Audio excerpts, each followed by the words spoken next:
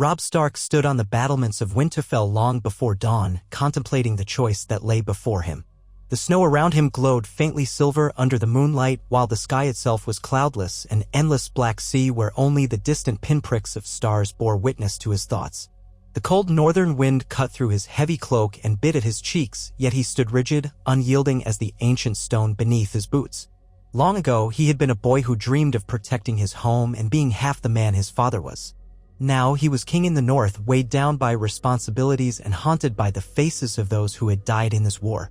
Below him, the courtyard was still, the snow unblemished save for the single trail of footsteps that marked his solitary approach to the ramparts. He ran a gloved hand along the frost-laden stones, recalling the countless Starks who had paced these walls before him, kings, lords, guardians of the north. In their time, all had faced their own trials, but none had faced the question that was now in front of him, whether to stand alone and fight the Lannisters, the Greyjoys, and all those who threatened the north, or to open Winterfell to a Targaryen bride, forging a union of fire and ice that might change the course of Westeros forever. He could almost hear his mother's voice in the air, encouraging him toward peace if it meant saving lives, but he could also hear the echo of his father's unwavering honor. Let us never yield to tyranny, even if it comes cloaked in a marriage alliance. Yet this was no ordinary Targaryen, or so his envoys had whispered. Daenerys Stormborn, the Unburnt, Queen of the Undulls and the Rhoynar, and the First Men, Khaleesi of the Great Grass Sea, Breaker of Chains, and Mother of Dragons. Her title stretched as far as the horizon, but the gist was simple. She was a formidable ruler, one who had dragons at her command. She had liberated slaves across the sea in Essos, they said, and she now possessed an army of unsullied and loyal followers who would die for her. But more remarkable than all that was the idea that Daenerys Targaryen sought an alliance with the North. Marriage. A union of their houses. He had asked himself 1,000 times already, why would a dragon queen from a distant land wish to tie herself to the king in the North? Was it only the Iron Throne she coveted? Or did she understand, truly, that the real war, the war beyond the petty squabbles of kings and queens, was coming in the form of ice-white terrors from beyond the wall? Perhaps both were true. She had a claim to the Iron Throne by blood. He had a claim by conquest, albeit one recognized only by the Northerners and those who called him king. Together, there might be a chance to outmaneuver the Lannisters, the Tyrells, the Baratheons, and even the deadliest foe of all, hidden in the far north under the swirling snow. He exhaled a heavy breath and the frost glittered in the moonlight. Soon, Daenerys Targaryen would arrive in White Harbor before riding north to Winterfell for a betrothal that would, if it came to fruition, shake the Seven Kingdoms. Robb's jaw tightened as he turned from the battlements and made his way down the winding stairs. It was time he told his bannermen of his decision. If the North was to accept a Targaryen bride, she had best come with an ironclad promise. No harm would befall their people, and if dragons flew over Winterfell, they would be there to protect, not to burn. He had not forgotten what a dragon's wrath had done during the wars of his ancestors. In the great hall, lamplight flickered against the tapestry-laden walls. The hushed murmuring of the gathered northern lords quieted the moment Robb Stark entered. Tall, broad-shouldered, and wearing an expression that defied doubt, he approached the dais where the high seat of Winterfell loomed behind him. Each step felt laden with destiny. The assembled men represented centuries of northern loyalty, the Umbers, the Karstarks, the Manderleys, the Glovers, and many others. They were battle-worn, still bearing the scars of the recent wars that had ravaged the realm. They waited, tension drawn across their faces like a bowstring pulled taut. "My lords," Robb said, his voice steady, "you have served House Stark through our darkest hours. You have followed me into battles across these lands, and for that, I owe you a debt of gratitude I cannot hope to repay." He paused, letting the silence claim the hall for a long moment. "We have been approached by Daenerys Targaryen. She offers peace, she offers friendship, and she has asked for my hand in marriage." A murmur swept through the crowd, a low ripple of surprise, excitement, and dismay all wrapped in one. Robb heard an immediate protest from Lord Glover, who spoke through clenched teeth. "Your Grace, I cannot fathom a Targaryen seated beside a Stark in Winterfell. Their dragons burned Harrenhal to ash. They threatened the north once, and only the cold wind and the might of Stark men kept them from bringing their fire here." The great Jon Umber raised his great head and rumbled, "We stand behind you, lad, but we do not kneel to dragons. Be careful where you tread."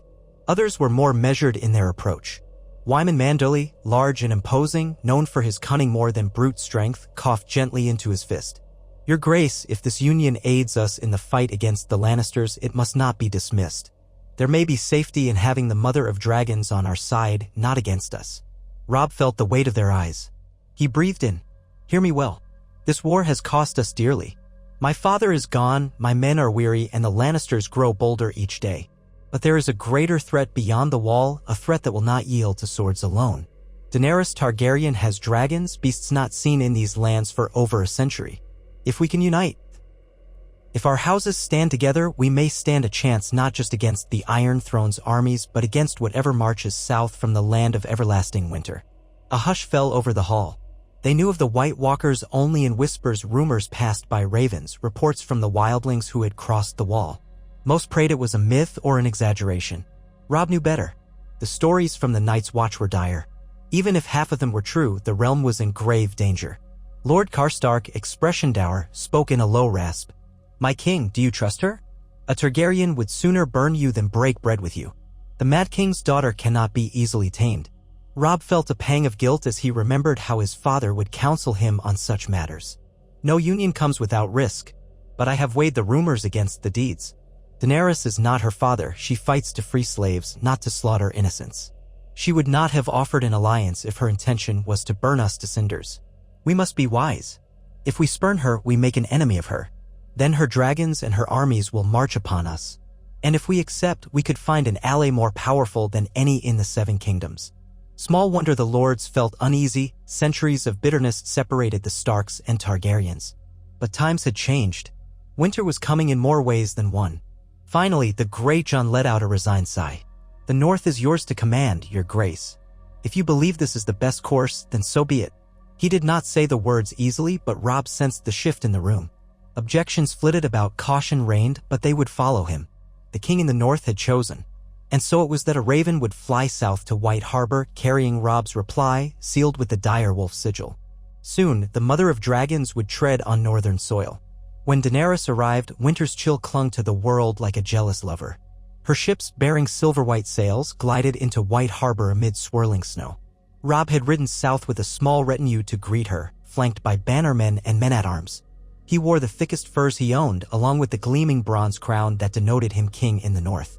At his side walked Grey Wind, his dire wolf, silent yet watchful, nose to the air and ears pricked forward. The sense of momentous change crackled in the wind as if the very weirwoods could feel history being rewritten. She appeared at the ship's gangplank amid her entourage of Unsullied, their spears held with military precision. Robb studied them with careful interest. Each soldier was a silent testament to her power, unfeeling, unafraid, trained from birth to kill. And behind them stood advisors and loyal followers. Missandei, the soft-spoken interpreter, bore a graceful dignity that belied her youth. Next was Ser Jorah Mormont, a knight from the north itself, exiled years ago. There was an irony in how a Mormont found his way into the Targaryen queen's service. And beside them, tall and silent, was Grey Worm, commander of the Unsullied, face as unreadable as polished steel. But Daenerys Targaryen herself outshone them all. Her hair was the palest silver, braided intricately, crowned not by metal but by her own regal bearing. Her skin was fair, her eyes a fierce violet, and though she was slender, there was no fragility in her presence. She wore heavy furs gifted by one of her new northern allies.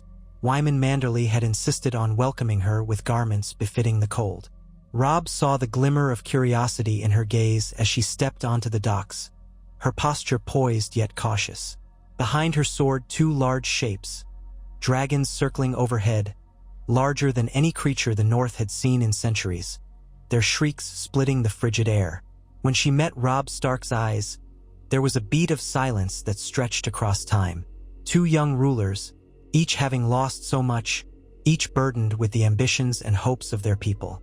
Robb inclined his head respectfully. Grey Wind let out a quiet rumble but did not bare his teeth. Daenerys dipped her head in acknowledgement, an almost imperceptible bow, and the corners of her mouth curved in something not quite a smile. "Welcome to the North, your grace," Robb said, voice calm. "It is an honor to receive you." Daenerys gazed at the snowdrifts and the ancient stone buildings of White Harbor. "I thank you for the welcome," she replied. Her voice carried across the cold wind with steady confidence. "I have heard much of your loyalty to your people, and I see it is well-founded." Robb nodded, his breath clouding in front of him. "We will ride for Winterfell." My mother awaits us, and so do the lords of the north. We have much to discuss. I pray you find our halls hospitable despite the chill." Her expression remained measured, but Robb sensed her curiosity. "I welcome the chance to see the home of your house," she said. "Winterfell is the oldest castle in the north, if I recall. It has its own storied past." Robb thought of the crypts below, filled with stone kings and lords, of the old gods that watched through the heart tree in the godswood. "It is old, indeed, and proud. It will stand strong for us all, if the gods are good." A trace of a smile touched her lips, then subtle, fleeting. "The old gods may be as strange to me as my own are to you, but I hope they guide us toward peace and prosperity, my lord." She paused. "Or should I say, my king?" Robb dipped his head again. "For now, let us simply call each other by our names. Titles can wait for the ceremonies to come." A faint, genuine smile tugged at her mouth this time. "Very well, Robb Stark." He turned, gesturing for her to follow him to where horses were waiting. Side by side, they rode out from White Harbor, accompanied by knights and unsullied, northern cavalry and sworn swords. Above them flew the Targaryen banner of the three-headed dragon, and beside it rose the gray direwolf of House Stark. The swirling winds carried both banners aloft, tangling and dancing in the cold air as if heralding a new era. Fire and ice joined in alliance. The journey to Winterfell took days, for though the roads were well-worn, the snow made for slow progress. The nights were spent in heated tents or small inns along the way. Daenerys's dragons shadowed them from above, sometimes gliding close enough to stir terror in the hearts of local villagers who gathered on the road to witness the passing retinue. Yet the dragons never attacked, they remained vigilant, watchful.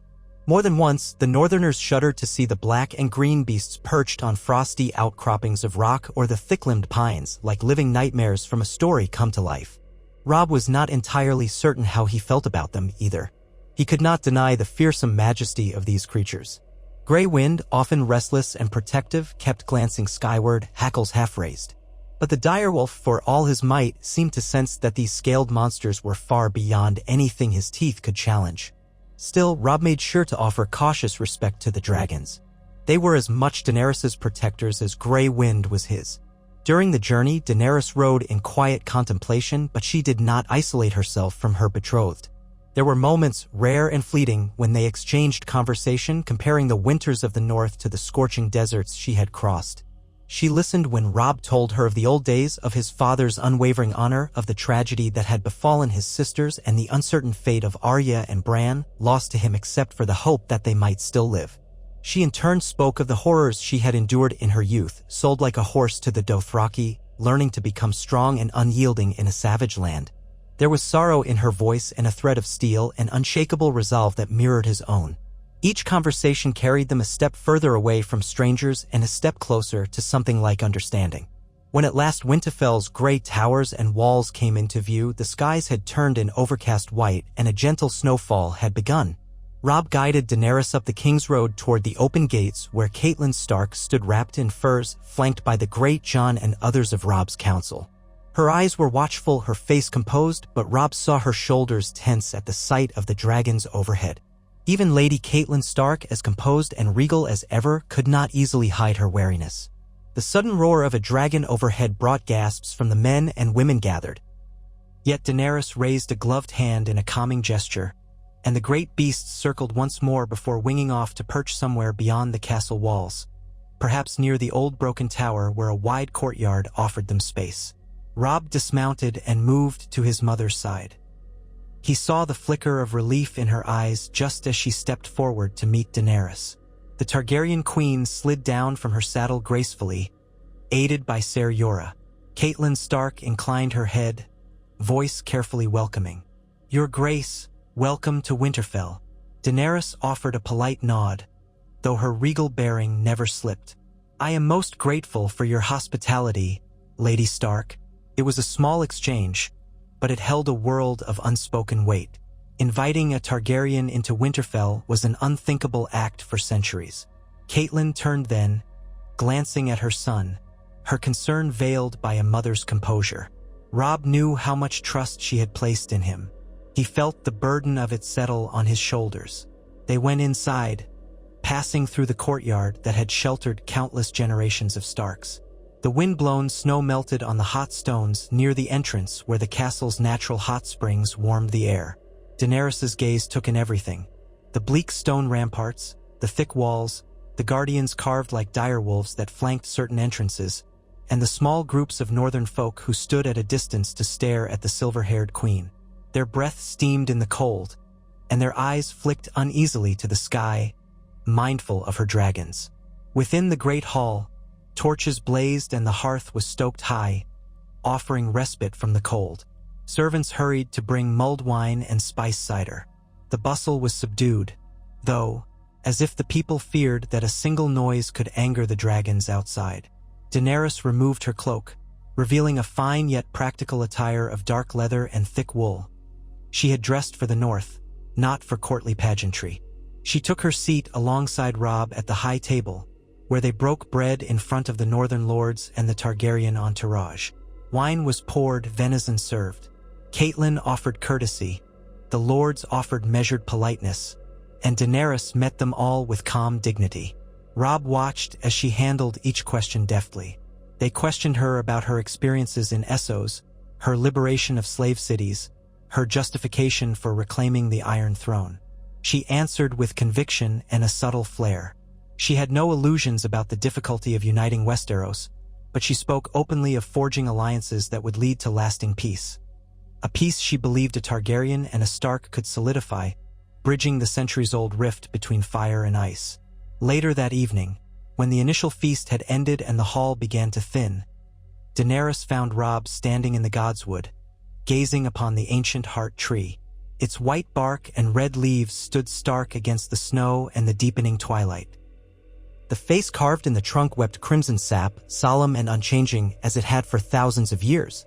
"The old gods have watched over the Starks for as long as anyone remembers," Robb said quietly when he sensed her approach. Gray wind lay at his feet, ears twitching warily at her presence, but he did not rise. "I come here to clear my mind." Daenerys brushed a stray lock of silver hair aside. "I have heard the whispers. This is a sacred place for you and your people." "It is." He turned, letting his gaze settle on her. She looked small in the vastness of the godwood, yet still she commanded the space around her. "Do you ever pray to the old gods?" Her lips curved slightly. "I have prayed to many gods in my time, though mostly to those I grew up with. My brother used to speak of the old gods as if they were just part of the tapestry of Westeros, mere relics. But being here, it is clear they hold great power in the hearts of the North." Robb was silent for a moment, the hush of the wood pressing upon them. Snowflakes danced in the lamplight that spilled over the courtyard walls. When he spoke again, his voice was low. "The Northmen are proud, protective.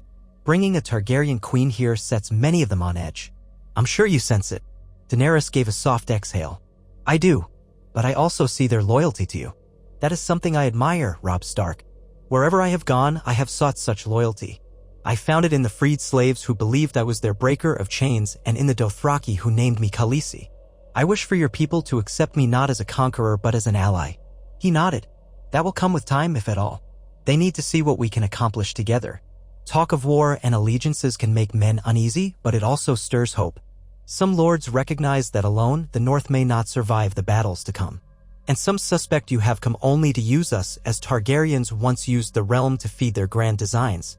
She glanced at the direwolf, a symbol of House Stark. "I'm not my father. I want us to face the threats beyond the wall and the threats within the realm. A war with the Lannisters seems inevitable if I am to reclaim the Iron Throne. But your letter spoke of an even Archer enemy. The Night King, you called him." Robb nodded. "If the reports from the Night's Watch are to be believed, the dead walk again, led by inhuman creatures with eyes of ice. Many would call these tales old wives' fables, but I have seen enough proof from the men of the Watch to believe them." She looked back at the weirwood, her expression growing solemn. "Dragons. White Walkers. The realm will not know what to believe until it stares them in the face. Perhaps our union will be the only way to rally all houses to stand against what comes." He studied her intently. "Is that why you agreed to this marriage? To rally the realm?" Daenerys lifted her chin. "Partly. I also sense that you are an honorable man like your father before you. This war has cost you dearly, and still you fight on. I know what it is to lose a family, to be hounded by enemies. If there is any chance we can build a better Westeros, I want to take that chance. And yes, the dragons will need your wolves if we are to survive." We must unite, or we will all perish, one kingdom at a time. Robb felt a flicker of admiration for her. She was not the child some might have presumed her to be, nor the Mad King's reflection. Something else flickered in his chest, too, an unspoken gratitude that, at least in this moment, they understood each other. Then let the old gods and the new bless our alliance, he said. Word of their betrothal soon spread through the north with the efficiency of a biting wind. Though suspicions lingered, many warmed to the idea when they realized Daenerys Targaryen had brought no aggression, had made no demands beyond a sincere desire to stand with the north. She even walked among the Winterfell courtyards, speaking to local folk, listening to their stories. Some bristled at the foreign presence of Unsullied, but no violent clashes occurred. The dragons often nested near the broken tower, a watchful presence overhead that deterred any potential sabotage. Even so, Robb took no chances. He doubled the guard and patrolled the castle walls constantly, mindful that not all might welcome peace with House Targaryen. The wedding itself was set for a fortnight after her arrival, a brisk pace necessitated by the ever-present threat of war.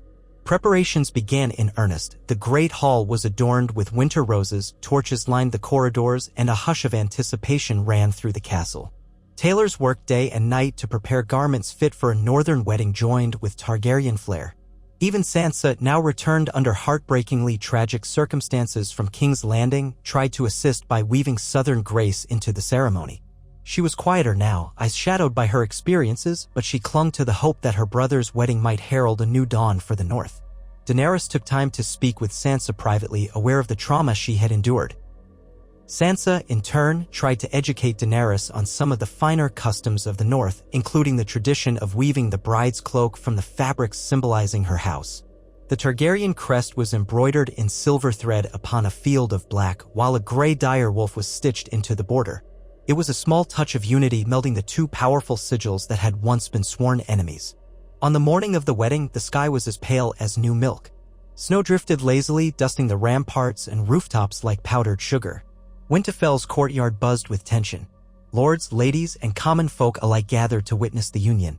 They came bundled in furs and cloaks, stamping their feet for warmth, forming a sea of stoic faces.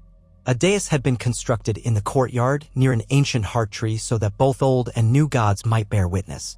It was an unusual blending of traditions: Daenerys, who had come to accept the faith of the Seven in her youth, and Robb, who still prayed to the old gods.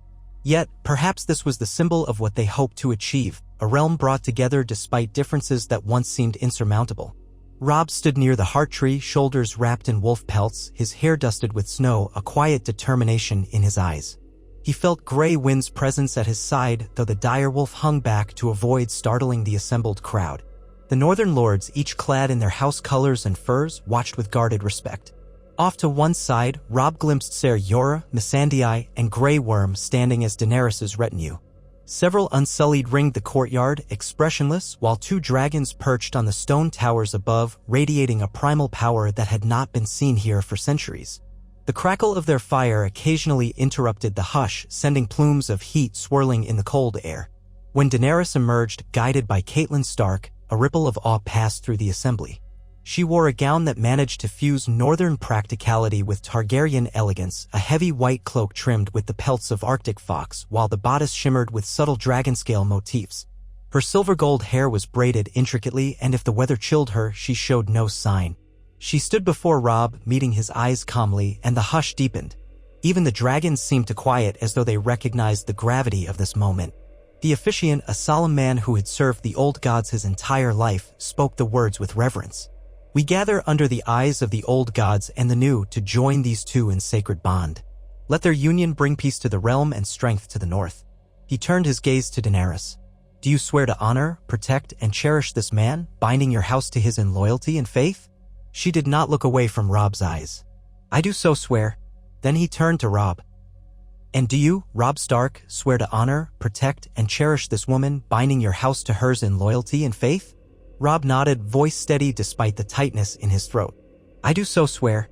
They exchanged cloaks, a blending of Targaryen black and red with the dire wolf gray.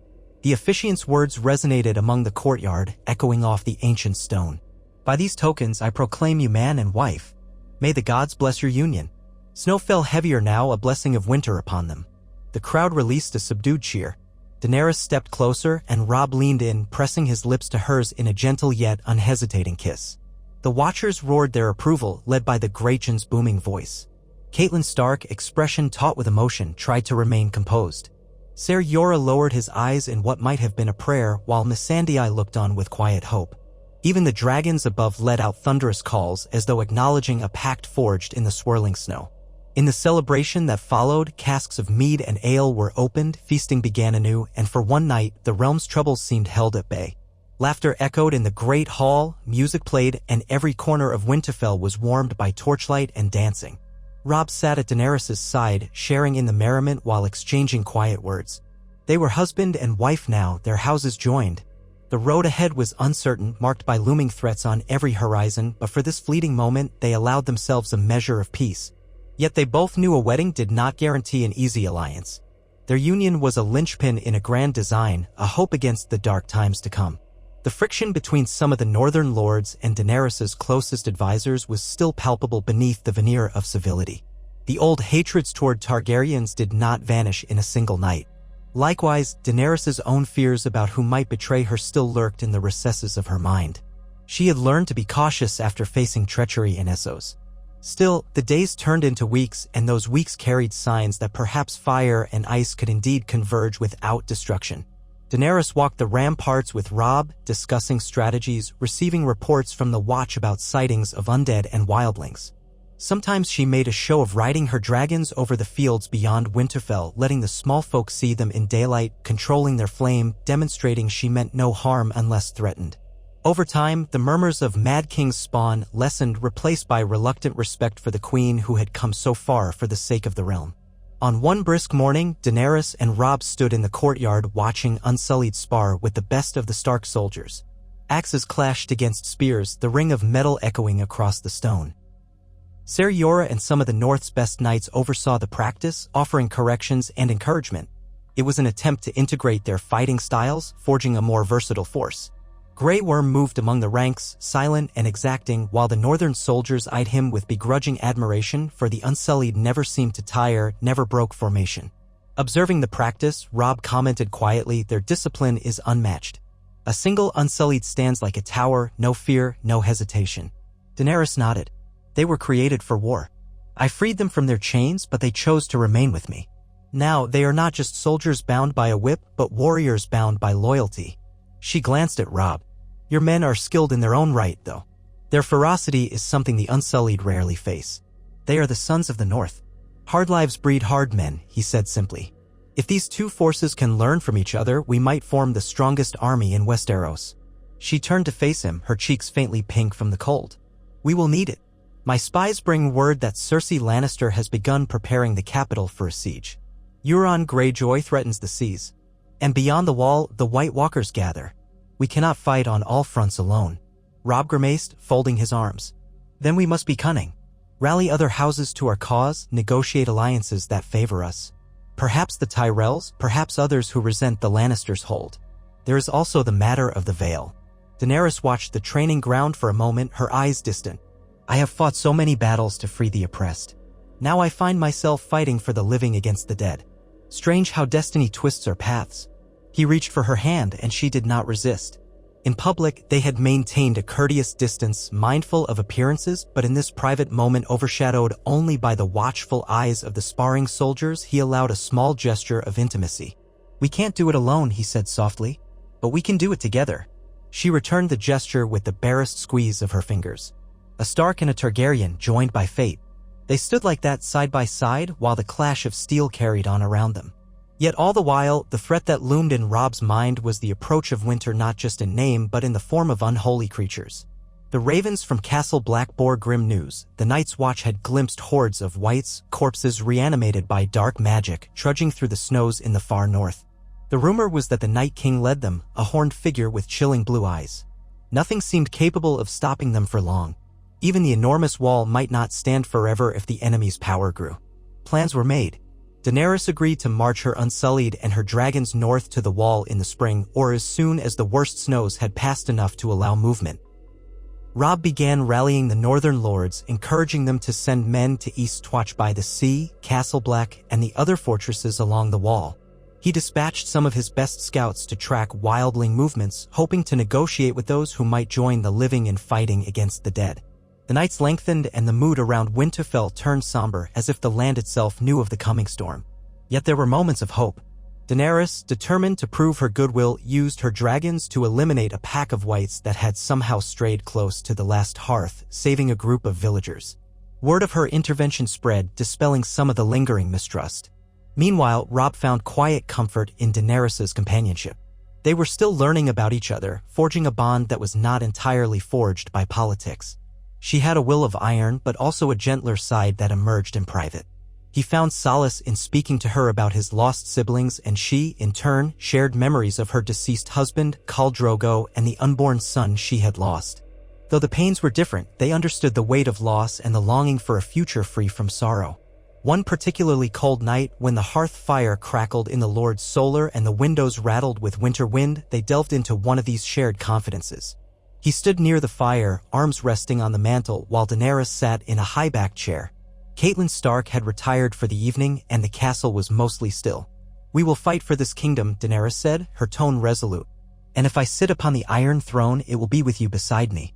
The North shall be free to govern itself if it wishes, so long as we stand united against the real threats." Robb considered the vow. Many in the North would want total independence. That was the cause for which we took up arms. But if the threat of the dead is as dire as we believe, perhaps a compromise is needed. We cannot afford a shattered realm when the long night comes again. She looked at him thoughtfully, her violet eyes reflecting the flames. "Do you believe there is a chance, after all this, that a lasting peace can be made? Or will the realm fall to squabbling once the dead are defeated, if they can be defeated?" He sighed.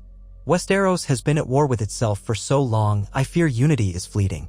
But if we can defeat the White Walkers, if we can overthrow the tyranny that sits in King's Landing, perhaps we stand a chance of a new beginning." Stranger things have happened. She rose from her chair and placed a gentle hand on his arm.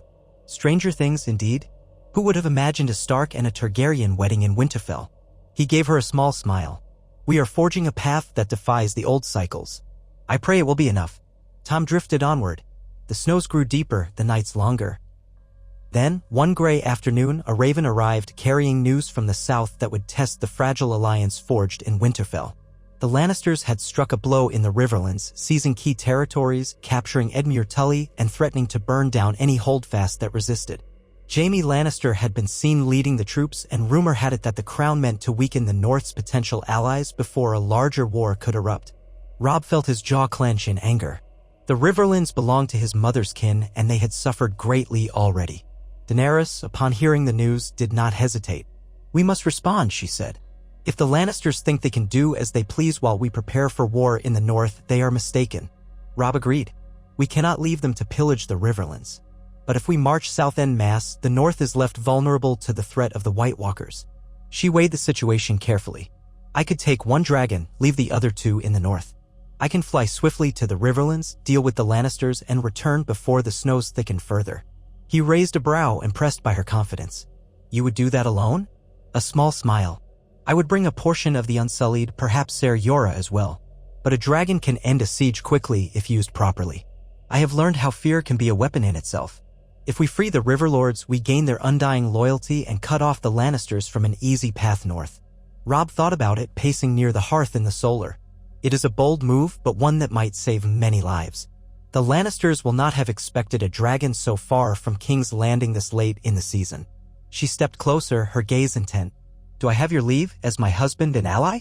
In that moment, Robb recognized the shift in their relationship. No longer was this just a political marriage, she was indeed his partner in leading armies and shaping the fate of kingdoms. His heart pounded with both worry for her safety and pride in her resolve. "Yes," he said softly. "Go, my queen. Show them that fire still burns in the heart of winter." She tilted her head, a flicker of determination lighting her eyes. "I will." Daenerys left two of her dragons perched in the courtyard of Winterfell as a show of continued might and a protection against potential threats. She took Drogon, her largest, and several hundred Unsullied. A smaller retinue of Northmen volunteered to follow as well, but Robb decided most should remain to guard the North. He stood on the battlements with Grey Wind at his side, watching as Drogon launched into the gray sky, carrying his wife and queen southward.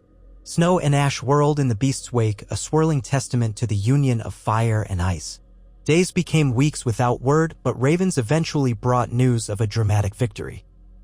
Daenerys, astride Drogon, had descended upon the Lannister forces besieging Riverrun with ruthless precision, scattering them with one blast of dragon flame. The River Lords rallied to her, impressed by her swift and devastating might. Edmure Tully was rescued, the Lannisters forced to retreat to Harrenhal, an ominous castle of blackened stone, half-melted by dragonfire of old. Now, a new Targaryen queen's flame licked at its shadows. In Winterfell, the news was met with mingled awe and relief. Lords who had doubted the Targaryen bride began to sense that her power might well be their greatest weapon against the Lannisters. Yet the victory came with reports of scorched battlefield, a terrible display of what dragonfire could do. Some whispered in hushed tones, recalling the atrocities of the Mad King. But Robb maintained that Daenerys had acted swiftly and with purpose, avoiding civilian casualties where she could. War was not gentle, and the Lannisters had been given a chance to surrender. They had refused. He waited anxiously for Daenerys' return, pacing the walls at night, scanning the skies for a glimpse of black wings. Finally, near dusk on a bleak evening, the horn sounded from the watchtower. A dark shape passed above the treetops, carrying a flicker of red and orange in the dying light. Drogon swooped low, snow scattering in a swirl as he landed heavily in the courtyard. Daenerys slid from his back, pale with exhaustion but victorious. Her hair, once impeccably braided, was windswept and streaked with ash. She was met by Robb, who stepped forward without hesitation, ignoring the heat radiating from Drogon's flanks.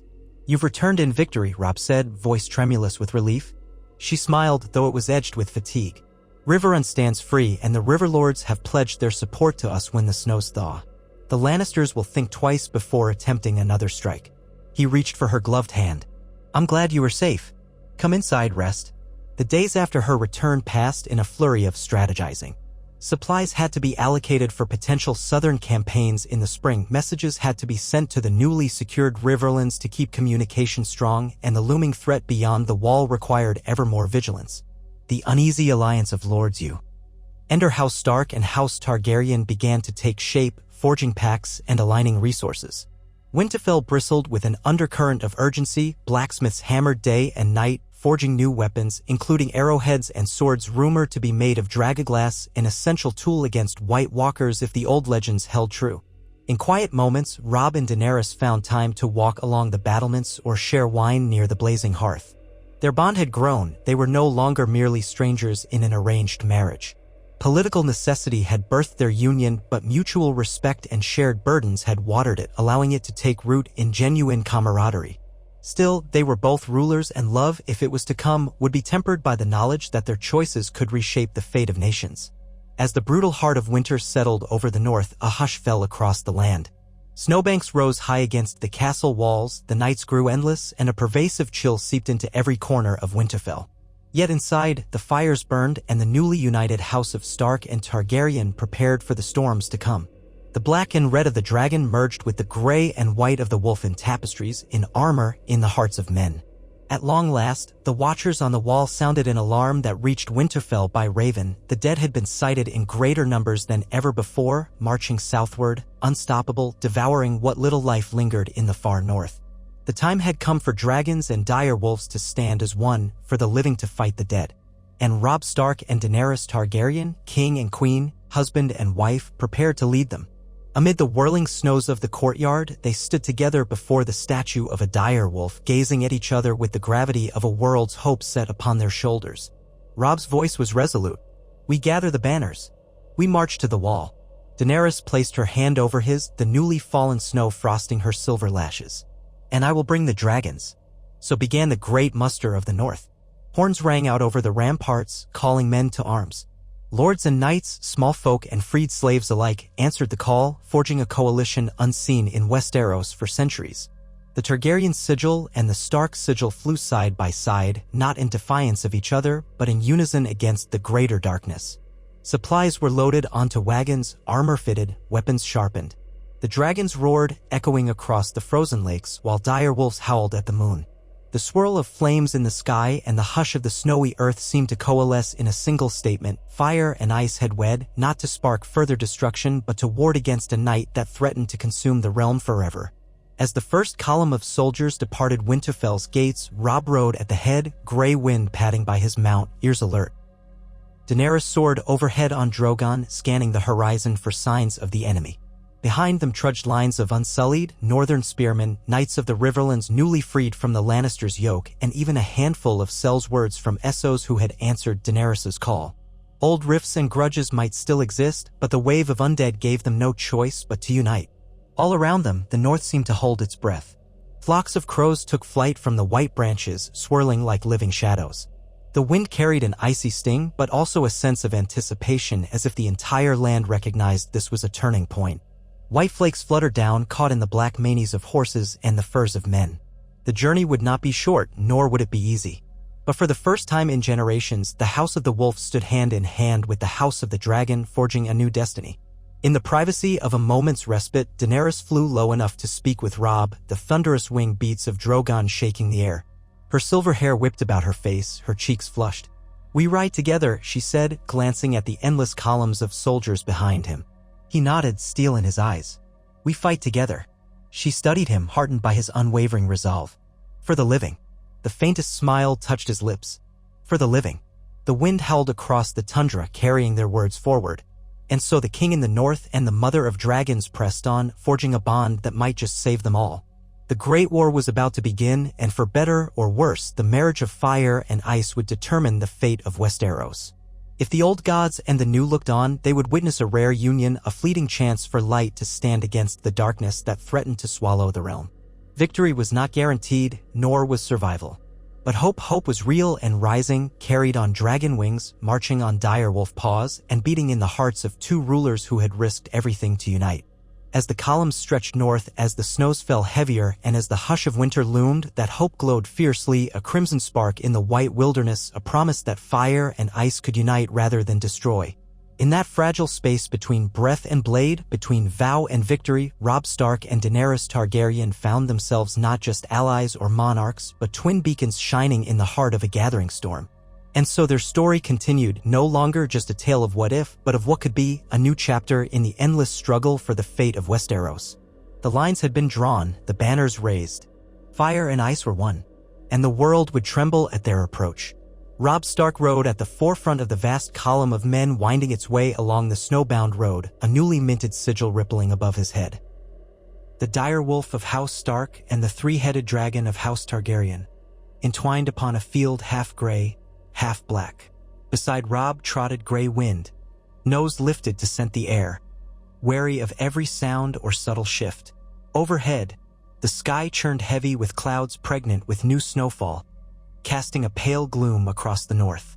Winter had descended in earnest, and it would not relent easily. Behind him stretched countless ranks of the combined Northern and Targaryen forces. Grim-faced bannermen clad in thick furs and leathers, swords and axes at their hips. Disciplined, unsullied in their neat rows, each bearing a tall spear and shield without so much as a shiver at the chill wind. Even sellswords who had joined Daenerys' cause marched in the rearguard, half wondering what luck had brought them from the warm sands of Essos into a land where ice and death lurked at every turn. Laboring pack horses hauled bundles of provisions, tents, and newly forged weapons. Now and again, a pair of dragons soared overhead, raking the sky with their piercing cries, their presence a reminder of the alliance that had redefined the face of the north. As Robb guided his horse around a bend in the road, Daenerys descended from the sky astride Drogon. The great black dragon settled onto a snow-dusted rise with a thunderous beat of his wings that kicked up flurries all around. Men shielded their eyes, horses shied and whinnied, but no one ran in terror. After weeks of traveling and training in proximity to dragons, most had grown, if not comfortable, at least practiced in hiding their fear. Drogon hissed softly, steam curling from his nostrils in the frigid air.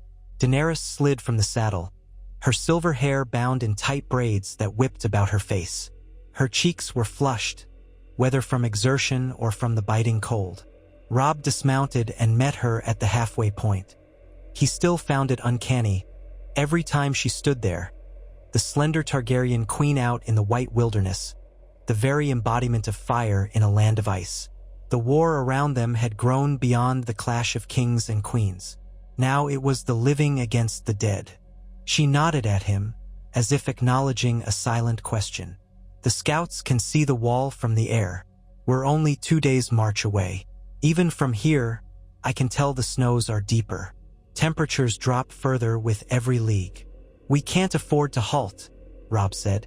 Each hour we spend on the road is another hour the enemy marches. The Night's Watch's ravens spoke of entire villages raised in the far north, their people risen as whites. If the dead gather in force, we have only one chance, to meet them before they breach the wall. Daenerys's violet eyes flickered with steeled resolve. Then we won't rest until we stand before Castle Black. There, we'll meet with the Night's Watch, and whatever wildlings have chosen to ally with us. Robb reached out and placed a hand on her gloved fingers, a small gesture of solidarity. We stand as one, Daenerys. No matter how cold the night grows, remember that. She nodded, releasing a soft breath into the air. The swirl of her exhalation caught in the wind. Nearby, Drogon took flight again, hurling himself into the sky with a single powerful lunge. Men watched in uneasy fascination. Daenerys and Robb exchanged a final glance before returning to their duties. Daenerys mounted a spare horse offered by one of her Unsullied, while Robb remounted his own northern steed. The combined army pressed onward, deeper into the snowy realm where few dared venture at this time of year. All around them, winter tightened its grip. The roads had become slick with layers of packed ice. Sometimes the wind ripped across open fields, howling like a living thing, and the soldiers had to lower their heads, forging ahead by will alone. Provisions of salted fish, dried meats, and hard bread were rationed carefully, for everyone knew that forging further north meant fewer chances to resupply. Fires were scarce, men tried to save wood, but the chill at night was relentless. On occasion, Daenerys used Drogon's breath to spark bonfires for the battalions, a small mercy that allowed them to stay alive in the plunging temperatures. The heat of Dragaflame was as shocking as it was welcome. In many hearts, the living memory of that black silhouette perched against moonlight conjured images of destruction, but now, more than ever, that fire was a shield. Amid these hardships, the people who had once regarded Daenerys as a foreign invader began seeing her in a new light. She was no aloof queen, but a tireless companion on the march. She rode among the lines, stopping to speak with soldiers and villagers who had joined them, asking about their families, their homes, and what they needed to keep warm. Though time was precious, she devoted moments to ensuring that the supply wagons distributed blankets and furs where they were most needed. It wasn't lost on anyone that each act of kindness helped unite the forces more deeply. If a man from the last hearth or a freed slave from Meereen both felt the cold biting their bones, it no longer mattered which side of the narrow sea they hailed from. Robb, too, earned renewed respect from the Targaryen forces. Despite being king, he refused to shelter himself from the worst duties. If a cart got stuck in a drift, he was as likely as any to dismount and help dig it out. If the weather grew too rough and men began to tire, he ordered regular stops, but only the shortest possible, urging them onward in the name of the realm they all defended. In camp, he shared rations from his own store, aware that to lead was to serve. The memory of his father, Eddard Stark, guided him in these acts. In the bitter gloom of the northern night, more than one man observed that Eddard would have been proud to see how his son turned the lessons of a lifetime into unity. Often, after the campfires were stoked, Robb and Daenerys met in a large tent near the center of the camp to speak with their closest advisors. Ser Jorah was ever at Daenerys' elbow, offering counsel.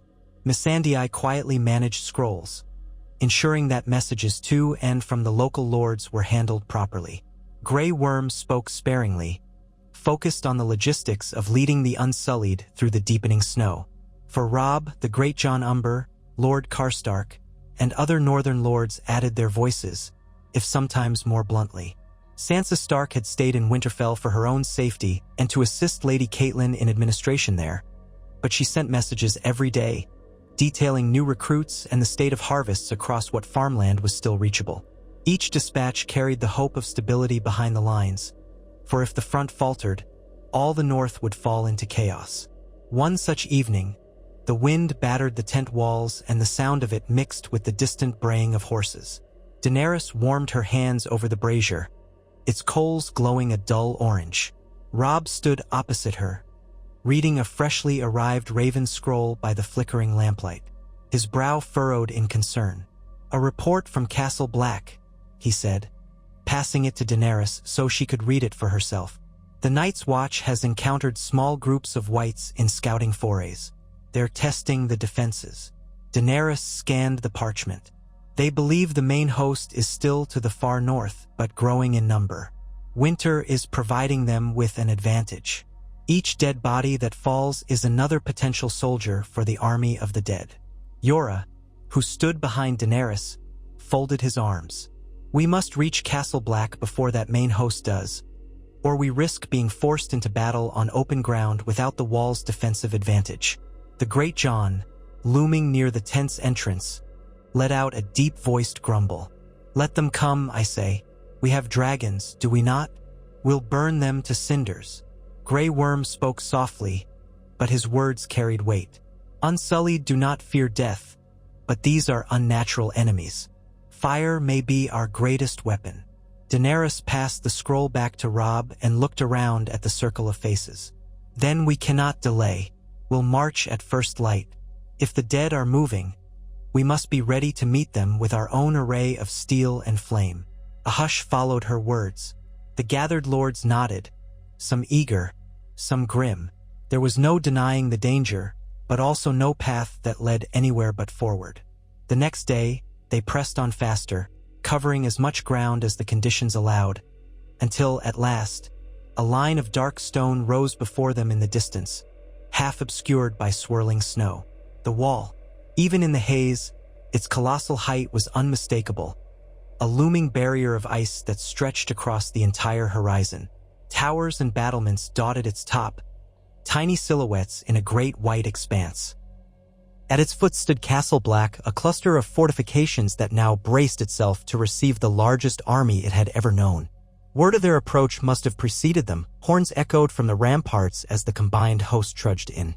From atop the wall, black figures peered down, black-cloaked members of the Night's Watch, watchers on the heights of Westeros. The gates swung open, and the courtyard beyond bustled with men from across the realm, though the majority still wore the black of the Watch.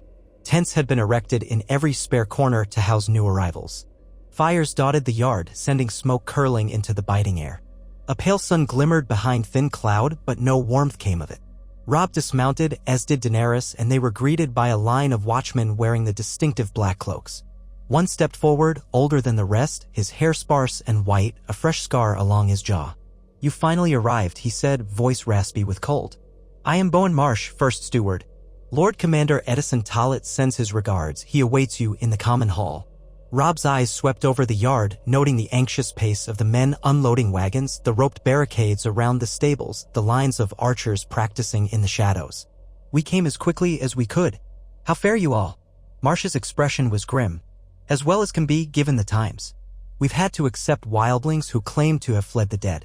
Normally we might have turned them aside, but the Lord Commander said we need every living soul who can wield a weapon."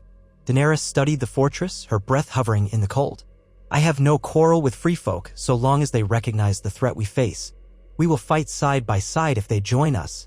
Marsh's mouth twitched at the mention of free folk cooperation, but he said nothing. Instead, he waved them forward. "Come inside. The Lord Commander is eager to speak with you. I'll see that your people know where they can set camp." Robb gestured for a few of his lords to follow, and Daenerys signaled for Jorah and Grey Worm. Together, they made their way through the courtyard.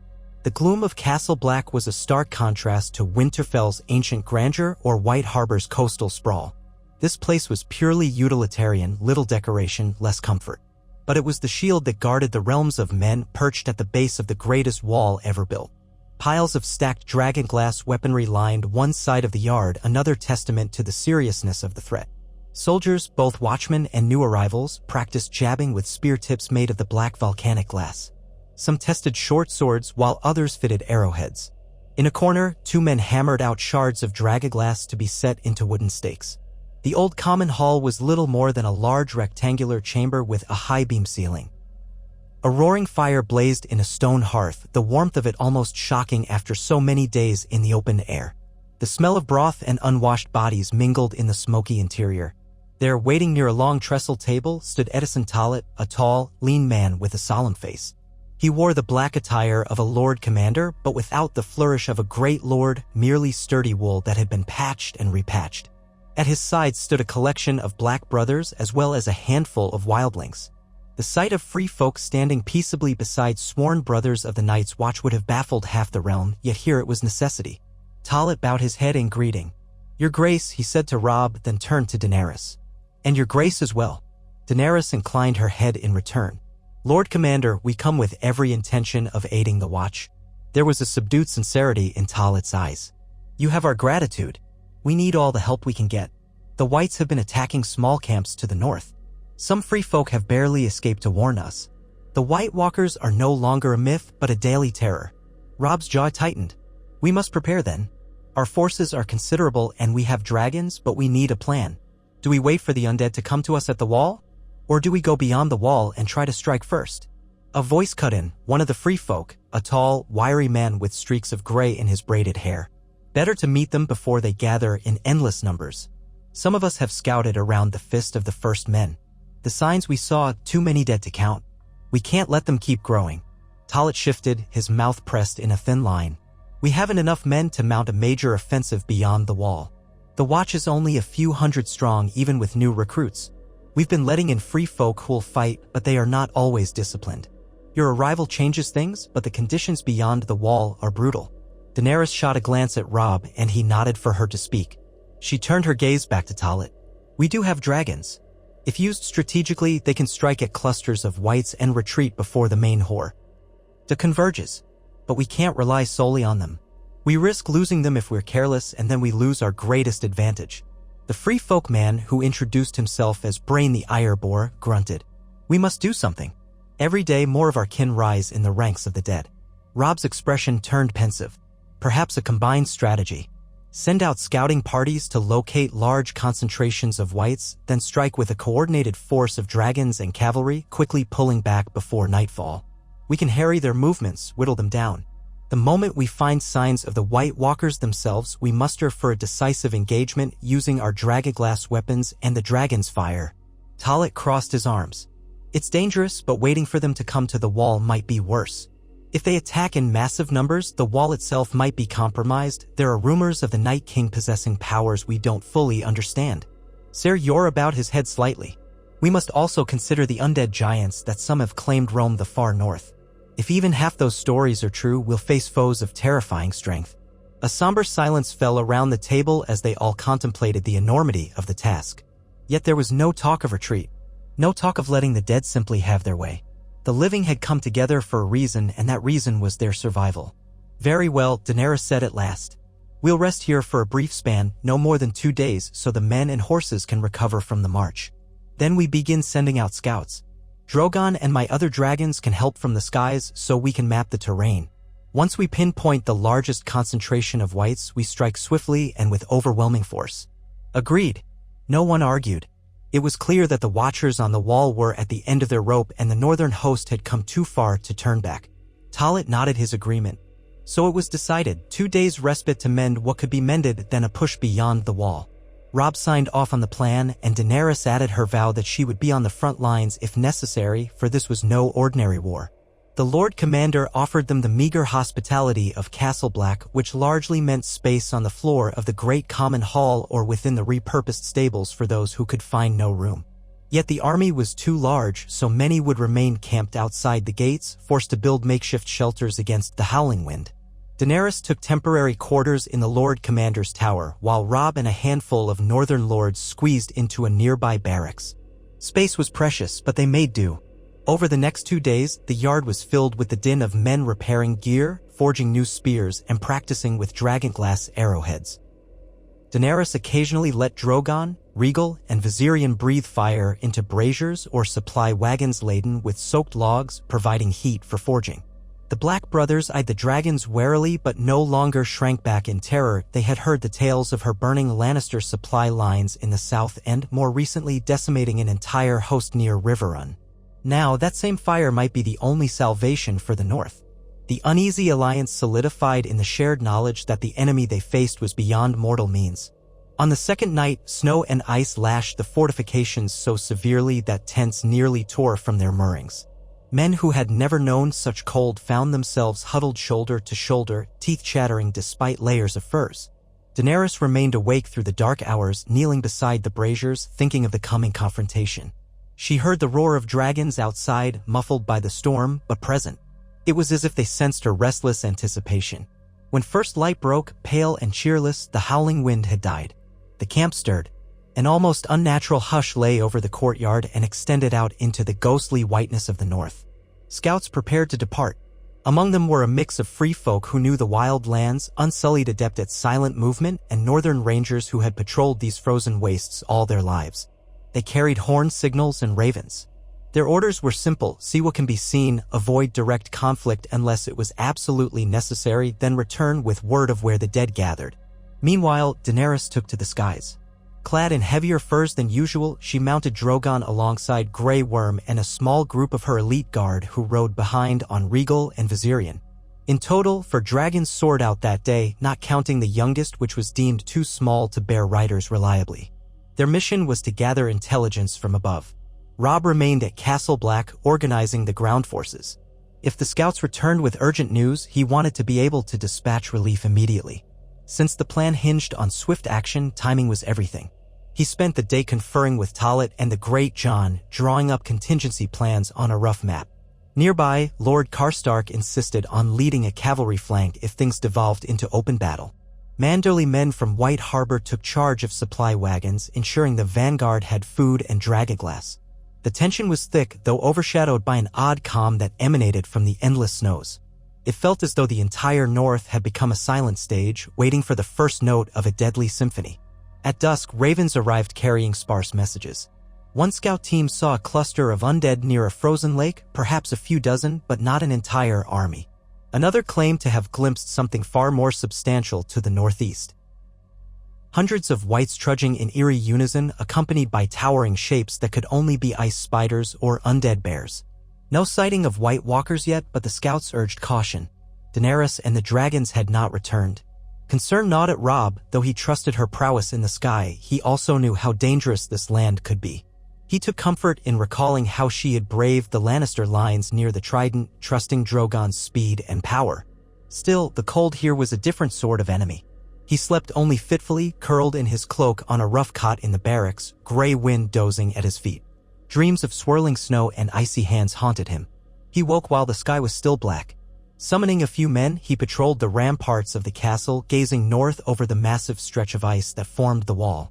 Guards with torches stood vigil, their breath fogging in the freezing air. One of them pointed upward, dragons returning, faint silhouettes in the distance. Robb exhaled in relief. By the time he made his way to the courtyard, Daenerys and the other riders had already landed. Drogon snorted, flapping his wings once before folding them, sending gusts of wind whipping across the yard. She dismounted wearily, cheeks raw from the freezing wind. Grey Worm and the other riders looked similarly exhausted, their faces half hidden in frost-covered scarves. Robb was there to meet her, brow creased with concern. Daenerys nodded to him as she pulled the scarf away from her mouth. "We found them," she said, voice hoarse. Brain the Ironborn spoke true. Beyond the fist of the first men, an army of wights, far larger than I imagined. Thousands, perhaps tens of thousands. Robb's heart sank. He looked to Grey Worm for confirmation, and the unsullied commander inclined his head soberly. A vast host marching slowly but surely southward. They do not need rest. They do not fear cold. Daenerys lowered her gaze. I saw no sign of the White Walkers themselves, but I have no doubt they command that legion. The path they take suggests they aim to come straight for the wall. Robb steadied himself. Then we know our target. If we can strike them on the field before they reach us, we stand a chance. If they converge on the wall, we might be overwhelmed. The question is, how do we lure them into a position where dragons and cavalry can be most effective? The Lord Commander joined them, having been alerted to Daenerys' return. The land around the Fist is rugged, but to the east lies more open tundra. If we can stage our forces there, we might be able to draw them in. But we'd have to move quickly, and many men prefer the cover of forests. Daenerys studied the horizon where the sky was tinted a faint gray with the approaching dawn. Dragons fight best in open terrain. We need space to swoop down and breathe fire. If the undead are in a valley or hidden by woods, we risk losing that advantage. Robb nodded. We can send out an advance force to fortify positions on the tundra. We dig trenches, line them with dragonglass spikes, anything that can slow the wights. Then we hold long enough for the dragons to strike from above. With luck, we eliminate a large portion of their numbers. And if the White Walkers appear, we've prepared men armed with dragonglass and Valyrian steel to engage them directly. The plan took shape. Another day was spent gathering final intelligence and ensuring the men were as ready as possible. Catapults were refitted to hurl dragonglass-laden projectiles. The free folk contributed what they knew of the terrain, pointing to ridges where watchers could be placed with horns to signal an approach. At first light the following morning, the Allied army marched out of Castle Black through the gates in the wall, venturing into the wilds beyond. A portion of the watch remained behind to defend the fortress and keep the gates secure, but the bulk of the fighting force was now on the move, forging northward in a great line, accompanied by the ominous roars of dragons overhead. They marched for a day, then two, passing stark landscapes of rock, ice, and stands of skeletal trees. Every breath stung lungs and throats, but still they pressed on. Scouts kept watch on all sides, mindful that the enemy could appear without warning. Finally, on the third day, they reached the region that Brain the Ireboar had described. It was a bleak, open stretch of tundra gently sloping downward into a broad basin where winds scoured the snow into drifts. Mountains loomed in the far distance like silent giants. Here, they made camp, though camp was a generous term. Tents were pitched in the lee of rocky outcrops, and at Robb's order, men began digging shallow trenches that they lined with sharpened stakes dipped in dragaglass. The ground was iron-hard from the frost, forcing them to heat pickaxes in dragon flame just to break it. Time was short, but every barrier they could erect might turn the tide. Dusk arrived, wrapping the tundra in a purple gloom. That was when the first sightings of the undead were reported. A scout patrol returned breathless, describing how, just a few leagues to the north, a swarm of pale shapes trudged relentlessly onward. They were not yet close enough to see the main host, but the vanguard was enormous in itself. Daenerys and Robb exchanged tense looks. There was no more time to prepare. Positions, Robb ordered. Trumpets sounded across the makeshift encampment. Northern pikemen hustled to the forward trenches, shields strapped to their backs, expressions grim. Free folk archers climbed ridges to get vantage points. Unsullied formed ranks in the center, a wall of spears behind the trench line. Cavalry from various northern houses, plus a handful of Dothraki who had crossed the sea with Daenerys months ago, gathered on the flanks. The dragon soared overhead, each bearing a rider armed with dragonglass-tipped spears. Daenerys would ride Drogon as always, with Regal and Viserion guided by two of her most skilled Dothraki blood riders. It was a tenuous arrangement. Dragons did not take well to multiple riders, but she was determined to use every advantage. Robb stood near the center of the lines, wearing layered armor beneath his thick fur cloak, a northern helm bearing the likeness of a dire wolf. Grey Wind prowled beside him, hackles raised. Though a dire wolf was no dragon, he was a formidable presence that had unnerved more than a few living enemies. Now, facing the dead, all that mattered was how many they could kill before being overrun. Robb's heart hammered in his chest. He remembered battles against Lannister armies or the Greyjoys who had raided the coasts, but this was different. This was a primal fear of fighting something that felt less like an enemy and more like a force of nature. The sun dipped below the horizon, replaced by an icy twilight. The sky glimmered with faint stars, but the half-moon offered little light. The wind moaned across the open land. Torches flickered along the Allied lines. Then, from the darkness northward, a collective groan rose, a deathly lament that made men's blood run cold. Silhouettes appeared, shambling forward, some on 2 legs, others on 4. As they drew closer, torchlight revealed the ghastly truth. Rotting corpses wrapped in rags, skeletal arms grasping broken weapons, lifeless eyes shining with a malevolent blue glow. The whites came in a staggering wave, so thick they seemed to blot out the horizon. Tension gripped the Allied ranks. Many men clutched their weapons in shaking hands, but they stood firm, having come so far for this moment. Robb inhaled a deep breath. "Archers," he roared. A volley of flaming arrows streaked through the night sky. Some of these arrows were tipped with dragonglass, others with normal steel. The steel arrows served only to knock a few whites back. The glass arrowheads shattered inside undead flesh, sending the corpses tumbling. Still, the wave did not slow. Another volley followed, and another, each lighting the night for the briefest instant. The moans of the dead grew louder as they swarmed closer. Then the whites reached the outer trench line. Men shouted, brandishing spears. The front rank of undead stumbled into sharpened stakes, some pinned in place, their bones cracking. Others clambered over their fallen, heedless of pain or injury, driven by one cold will. Chaos erupted as the living tried to hold the line, spearing whites and hacking them apart. Severed limbs still crawled. Men who had never faced such horrors retched in terror. But the Unsullied were stoic. Under Grey Worm's command, they stabbed and kicked, forming a bristling hedge of dragonglass-tipped spears. From above, the beat of mighty wings heralded Daenerys and Drogon. A thunderous roar split the night, and torrents of dragon flame lashed the horde below. Corpses ignited like tinder, flailing as unholy shrieks filled the air. A swath of whites was incinerated, their ashes glowing with embers. Nearby, Regal and Viserion followed suit, unleashing more jets of flame that carved paths through the undead ranks. The stench of burning flesh was overwhelming. Men tried not to breathe too deeply, but relief mingled with horror in their hearts, relief that the dragons were so devastating, horror that so many of the enemy remained.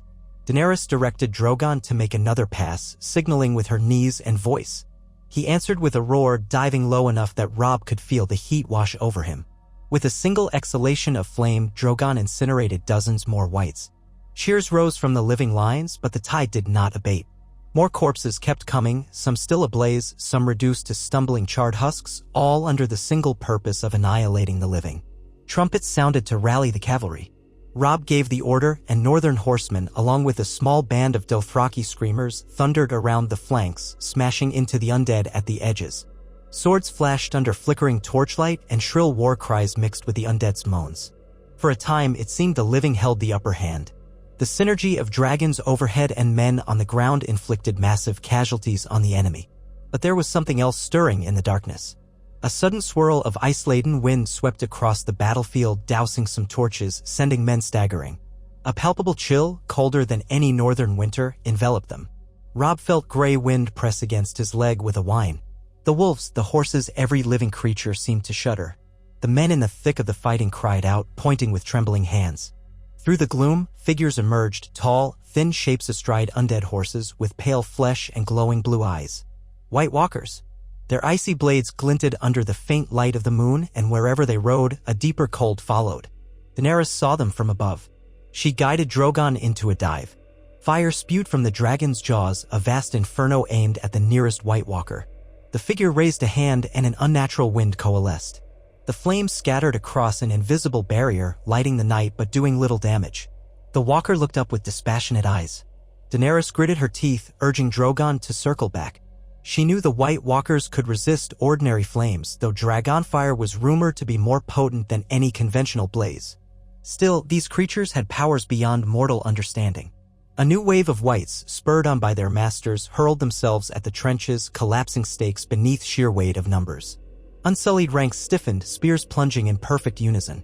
Robb roared encouragement from behind the lines, brandishing his sword, Heart of the North, a Valyrian steel blade once hidden away in the depths of Winterfell.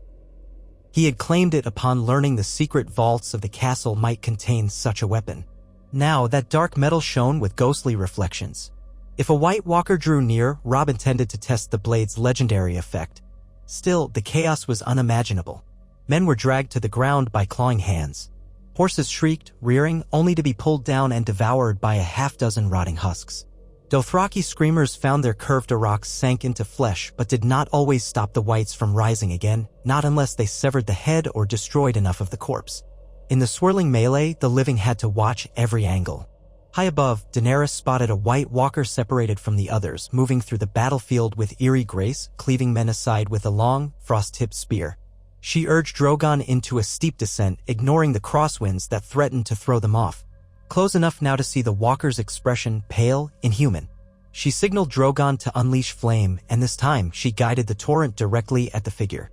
A defiant, hissing crack echoed as the walker tried to conjure wind again, but Drogon's flame engulfed it. The creature shrieked in an unearthly wail before it collapsed into fragments of ice that shimmered once and dissolved.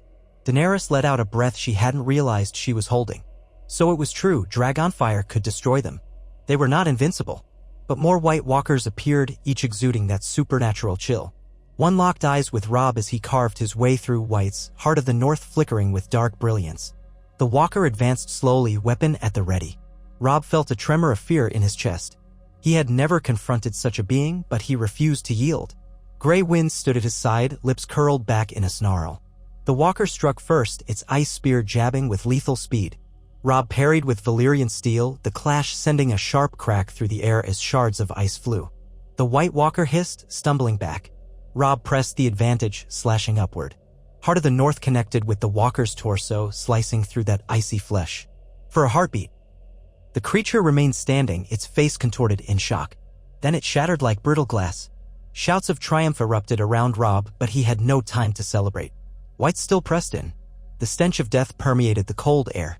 Screams punctuated the dark. Yet the tide was beginning to shift. Whenever a White Walker fell to Dragonfire or Valyrian steel, those wights under its immediate control collapsed in lifeless heaps. The dragons repeated strafe after strafe, scorching entire swaths of the enemy. The cavalry and Unsullied capitalized on every moment of weakness, hacking down the reeling undead. Then came a roar louder than any dragon's, a monstrous bellow that shook the ground. Men froze, hearts pounding. Out of the darkness lumbered two giant shapes, each easily 3 times the height of a man. Their skin was pallid, half-rotten, with gaping holes in their torsos. Undead giants, eyes glowing blue, swinging clubs the size of tree trunks. They charged into the flank where the free folk and northern cavalry had been pressing. Horses scattered, men screamed, and entire lines of pikes shattered under the impact. One giant lifted a warhorse high before smashing it to the ground in a gruesome display of force. Daenerys saw the chaos. She guided Drogon toward the undead giants, determined to stop them before they could carve a catastrophic gap in the lines. Drogon's flame washed over one giant's back, setting its ragged fur cloak ablaze. The giant bellowed, turning to swat at Drogon with its massive club. Daenerys veered aside, narrowly avoiding a fatal blow. Grey Worm, leading a contingent of Unsullied, rushed forward with dragonglass spears, trying to hamstring the burning giant. They jabbed and stabbed, severing tendons, and the monster toppled, crushing men beneath its bulk. Still it flailed, smashing one Unsullied aside as if he were a doll. Another spear found the giant's chest, digging through rotted flesh into the bone. The giant roared again, then collapsed, body dissolving into half-frozen chunks when the dragonglass pierced its unnatural heart. The second giant rampaged uncontested, swinging its club and scattering defenders in every direction. Robb spurred his horse closer, though the beast was nearly maddened by terror. Grey wind darted around the giant's ankles, snapping at rotting flesh, but the giant ignored him and kept its focus on the thicker clusters of men. Robb readied a dragonglass-tipped javelin, one of the few they had. He hurled it with all his strength, aiming at the giant's side. The weapon struck true, lodging in the creature's ribs. It howled, staggering, but did not fall. With a snarl, the giant reached down and ripped the javelin free, black ichor spilling from the wound. From overhead, a burst of flame seared across the giant's shoulders. Rhaegal and his Dothraki rider had arrived, scorching the rotted flesh. The giant thrashed, howling in agony. Spotting an opening, Robb spurred his horse forward, slashing deep with Heart of the North across the giant's ankle. The monster's leg buckled. As a tumbled, grey wind darted in, ripping at the ragged remains of sinew. The giant collapsed with a colossal thud that shook the ground. Fire had taken hold across its chest now, and it finally stilled, body sagging as if in defeat, then disintegrating into a charred husk. The defenders let out ragged cheers, half in shock that they still drew breath. The battle raged on. White Walkers tried to rally the horde, but each time they appeared, dragons pounced from above, or a band of warriors armed with Valyrian steel or dragonglass attacked. The synergy of the alliance was strong. Slowly, inexorably, the tide of undead diminished under the onslaught of flame and steel. At last, the final White Walker was cornered by Daenerys herself, who soared in on Drogon. It raised a chilling cry, the wind howling in response, but Drogon's jaws opened wide. A river of fire engulfed the creature, and it shrieked, turning in a vain attempt to escape. Too late. It burst into shards of ice, and with that, the last pockets of wights collapsed in heaps across the battlefield, their animation lost when their masters died. The sudden silence was staggering. Where moments ago a cacophony of shrieks and roars had reigned, now there was only the crackle of dying flames and the moans of the wounded. Torches wavered in the wind, illuminating a field littered with bodies, mostly undead, but also too many fallen from the living ranks. Robb removed his helm, running a trembling hand through sweat-damp hair. Grey Wind stood panting at his side, muzzle smeared with black ichor. Daenerys, still astride Drogon, surveyed the devastation, face set in grim lines. Gradually, the battered allied forces began gathering what wounded they could. Some men knelt beside fallen friends, tears freezing on their cheeks. Others simply collapsed in exhaustion, hearts hammering with the realization that they had survived a confrontation with death itself. Daenerys dismounted near Robb, her breath visible in the cold. They shared a long look of relief, sorrow, and triumph all rolled into one. Then, together, they walked through the aftermath, aiding however they could. Many asked, was this all of them? Did we destroy the entire army of the dead? No one could say for certain. Only those who had scouted the far north might guess if there were more White Walkers or more wights left. But this was a tremendous victory. For the first time in living memory, an army of the dead had been met in open battle and defeated. Even so, the cost was high. They had lost good men, good horses, precious weapons. Robb felt the weight of each loss like a leaden anchor on his soul. Daenerys, too, recognized that the war was not necessarily over. The Night King himself had not appeared, but for this night, the living held the field. The combined forces gathered the wounded, set pyres for the dead so they would not rise again, and posted sentries in case some straggling threat remained. As dawn broke, a sullen red line across the frozen eastern sky, the true scale of the battle became visible. The land had been scorched in wide arcs by dragon flame. Charred piles of whites littered trenches. Massive lumps of blackened flesh marked where the giants had fallen. Here and there lay bodies of free folk, unsullied, northern spearmen, and cavalry. Priests uttered prayers to various gods, from the old gods to the Lord of Light to the Seven, as they burned the dead. No one dared bury them, for burial might invite the White Walker's magic if any returned. Amid this solemn scene, Robb Stark and Daenerys Targaryen came together near a broken ridge. Grey wind prowled the perimeter, sniffing at the smoldering remains. Drogon perched at a safe distance, observing with glowing eyes. Robb looked at Daenerys, exhaustion written across his features. She bore the same marks, soot-streaked her cheeks, her braids half undone, her eyes rimmed with fatigue. "We did it," he said quietly. "We held them back." She nodded, the corners of her mouth trembling. "For now, let us hope we destroyed the bulk of their force. We have to confirm if the Night King himself was among them." "I saw no sign of him." Robb sighed, gazing at the distant horizon. "We'll send fresh scouts, though fresh is a cruel word after a night like this. But it must be done. If any White Walkers remain, if their king remains, they'll be forced to regroup." She studied the field where men wrapped the remains of their fallen in makeshift shrouds. "I'll not pretend this was a victory without cost, but it is still a victory. If we had lost, there would be none of us left to mourn." Robb placed a hand gently on her shoulder, a gesture that felt as natural as breathing. "We fight on together." She covered his hand with her own. "Always together." In the days that followed, the Allied forces tended to their wounds and scoured the tundra. No further sign of undead or White Walkers emerged. Scouts ventured deeper north but returned with no sightings. Many speculated that the Night King had avoided direct confrontation or had been absent entirely, letting lesser White Walkers lead the assault. Regardless, the damage to the army of the dead was undeniable, and it was not likely they could mount another assault soon. The living had bought themselves time to regroup, time to plan. They returned to Castle Black in a somber procession, bearing the remains of fallen heroes for burning behind the safety of the wall. Horns on the ramparts greeted them with a solemn salute. The men who had stayed behind rushed out to help with the wounded. Some wept openly upon seeing survivors return. Edison Tollick gazed over the battered lines and the sooty dragons, his eyes betraying both awe and sorrow. That night, a great pyre was lit in the courtyard for those who had died fighting for the living. Robb and Daenerys stood side by side, each holding a torch. One by one, they ignited the scattered timber until the flames roared high. The heat was fierce in the cold night, sparks swirling toward the stars. Silence gripped the courtyard except for the snapping of the fire and the low murmurs of prayers. Hundreds of bodies fed the flames, northerners, unsullied, free folk, men of the Night's Watch, sellswords from Essos. All had died united in the cause of survival.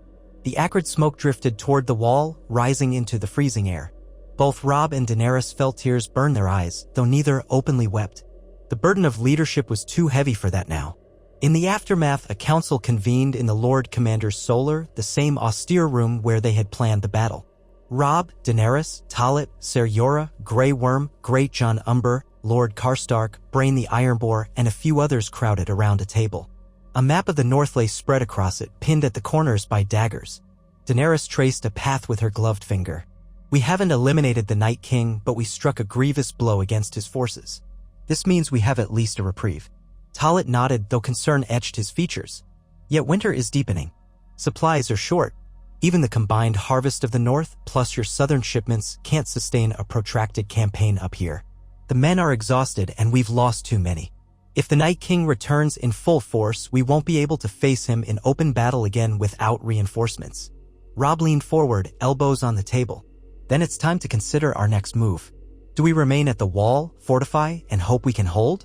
Or do we return south to resupply, gather more allies, and then return north if the enemy rises again?" The Great Jon let out a rumble. "The men want to go home. Not in defeat, but to see their families, to survive the winter. We can't sustain all these troops in the far north for months on end." Daenerys exchanged a glance with Jorah, who spoke. "Queen Daenerys' ambitions do not end at the wall, but we must keep in mind the Lannisters. They still hold King's Landing. If we remain here indefinitely, the Iron Throne's armies may strike at Winterfell or the Riverlands, reversing any gains we've made. We risk losing the realm we seek to protect from the dead if we don't secure it from the living as well. Karstark frowned, arms crossed over his chest. Abandoning the wall feels like tempting fate, though. If the Night King truly remains, we might give him room to maneuver. Brain the Irorbor shrugged. The White Walkers were never unstoppable. You proved that. But if they come again in greater number, you'll need every man you can muster. That might require you to dethrone the Lannisters first, unify Westeros under your rule, and then bring the full weight of the realm back to the north. Daenerys stared at the map, eyes distant. A game of timing, then. We deal with the threat in the south, or at least contain it, so we can rally the entire realm against the dead. But how do we ensure the wall is not left entirely undefended? Talek cleared his throat. Leave enough men of the Night's Watch and volunteers from your forces who are willing to stay. Repair the fortifications. The White Walkers have lost their immediate advantage. It may be enough to hold them off, at least through the worst of the winter.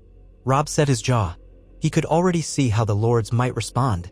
The men were worn down, the supplies too low. He wanted to protect his people, but a fresh threat from the Lannisters could tear the realm apart. We can send ravens to the Vale, Dorne, and the Reach, urging them to support us in a final push against the Iron Throne.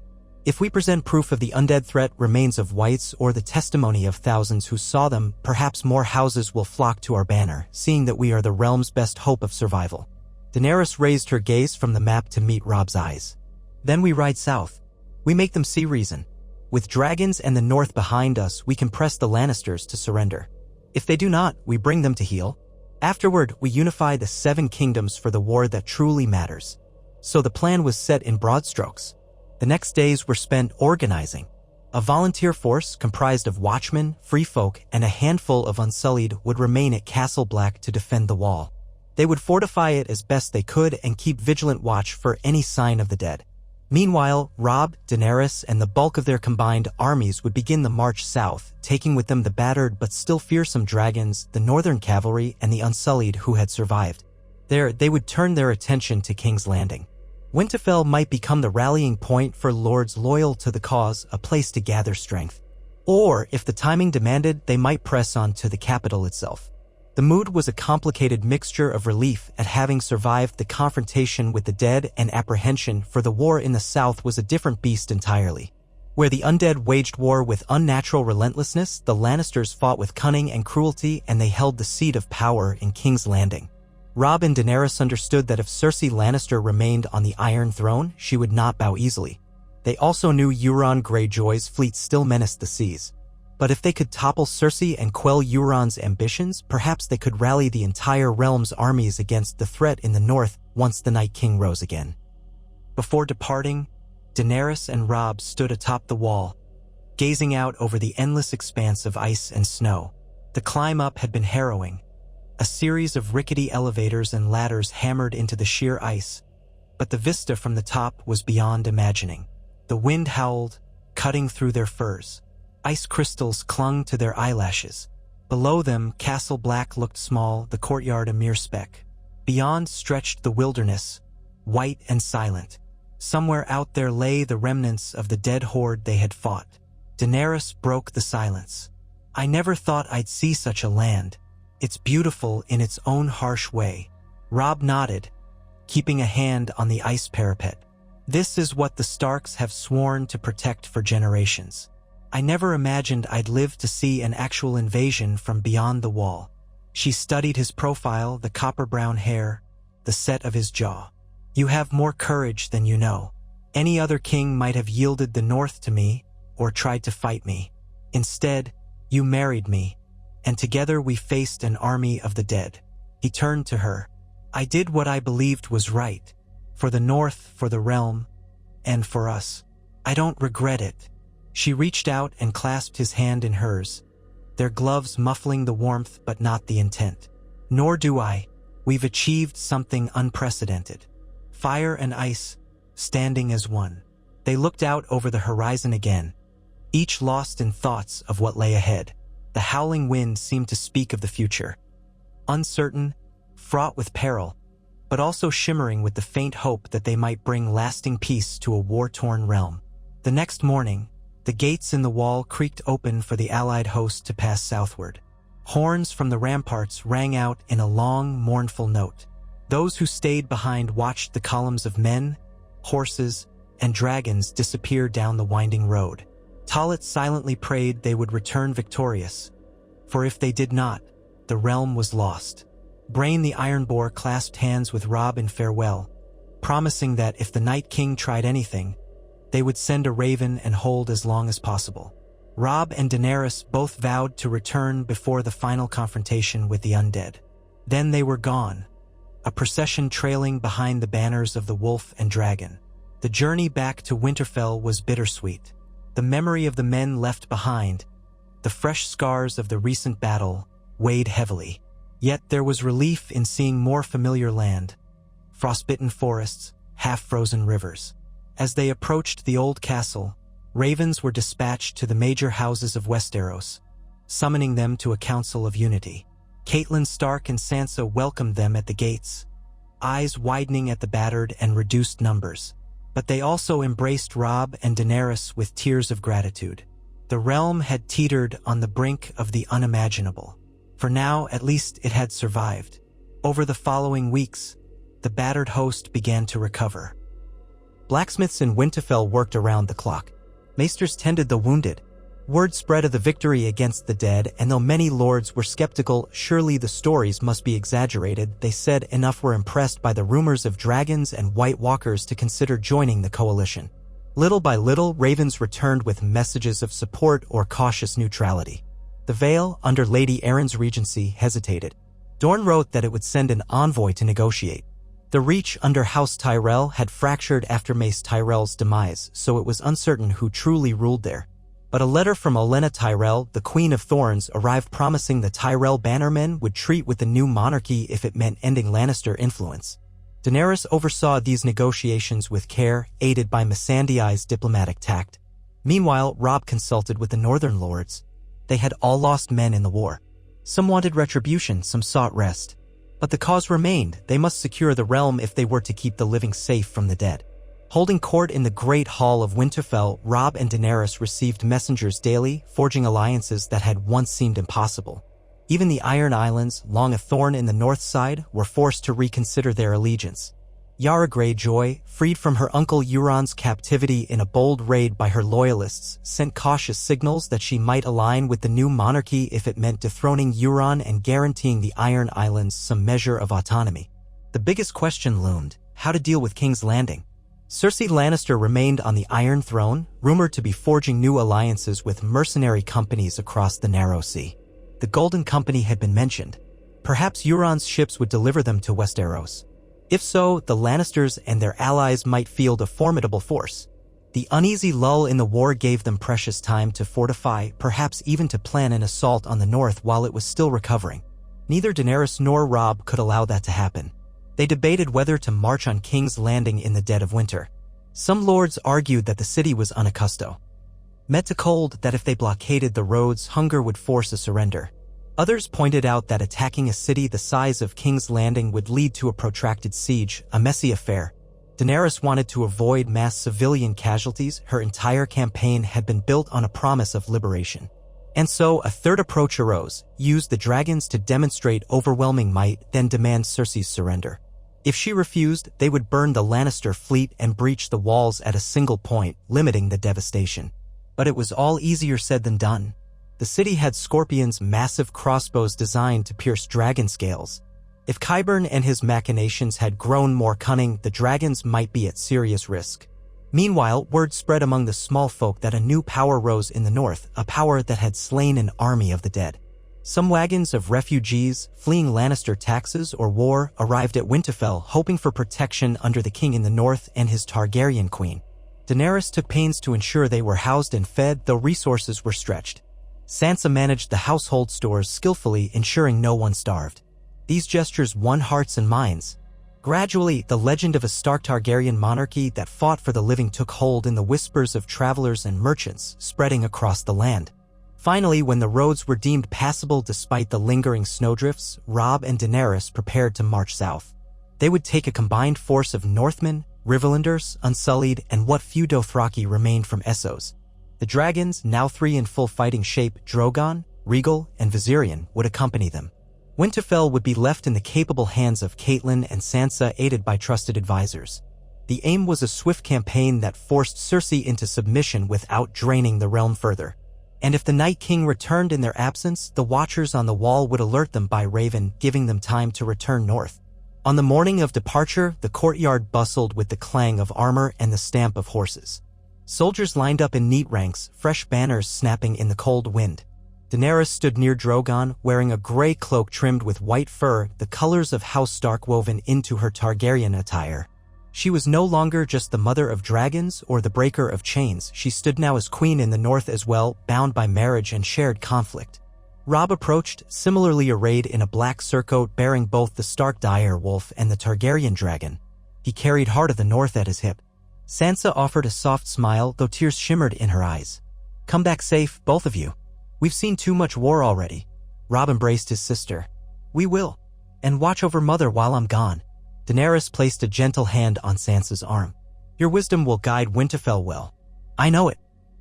Then came the horns, signaling it was time to depart. The gates swung open and the procession began to file out. Robb, Daenerys, and their respective retinues rode at the head, followed by ranks of Unsullied, Northern Knights, and Riverland levies. Wagons laden with supplies rolled over the drawbridge. Above them, circling in the cloudy sky, soared Drogon and Rhaegal, with Viserion trailing behind, their roars echoing across the ramparts. The people of Winterfell gathered to watch, many cheering the departing host, some praying for their success, others too numb from loss to do much but stare. Even so, a current of hope crackled in the air. They had faced the dead and lived. Perhaps they could reshape the realm into something better. Days turned to weeks as the army moved south, a slow and methodical march through snowy passes and frozen rivers. Yet, as they neared the Riverlands, the climate grew marginally milder, though still quite cold by southern standards. Once again, they saw farmland and villages, some abandoned, others holding out under the chill. At each settlement, they posted notices or spoke with the locals, proclaiming that the king in the north and the Targaryen queen marched not to conquer but to bring an end to the tyranny of King's Landing. Some welcomed them with relief, offering bread or salted meat. Others fled, uncertain whether to believe them. But news spread.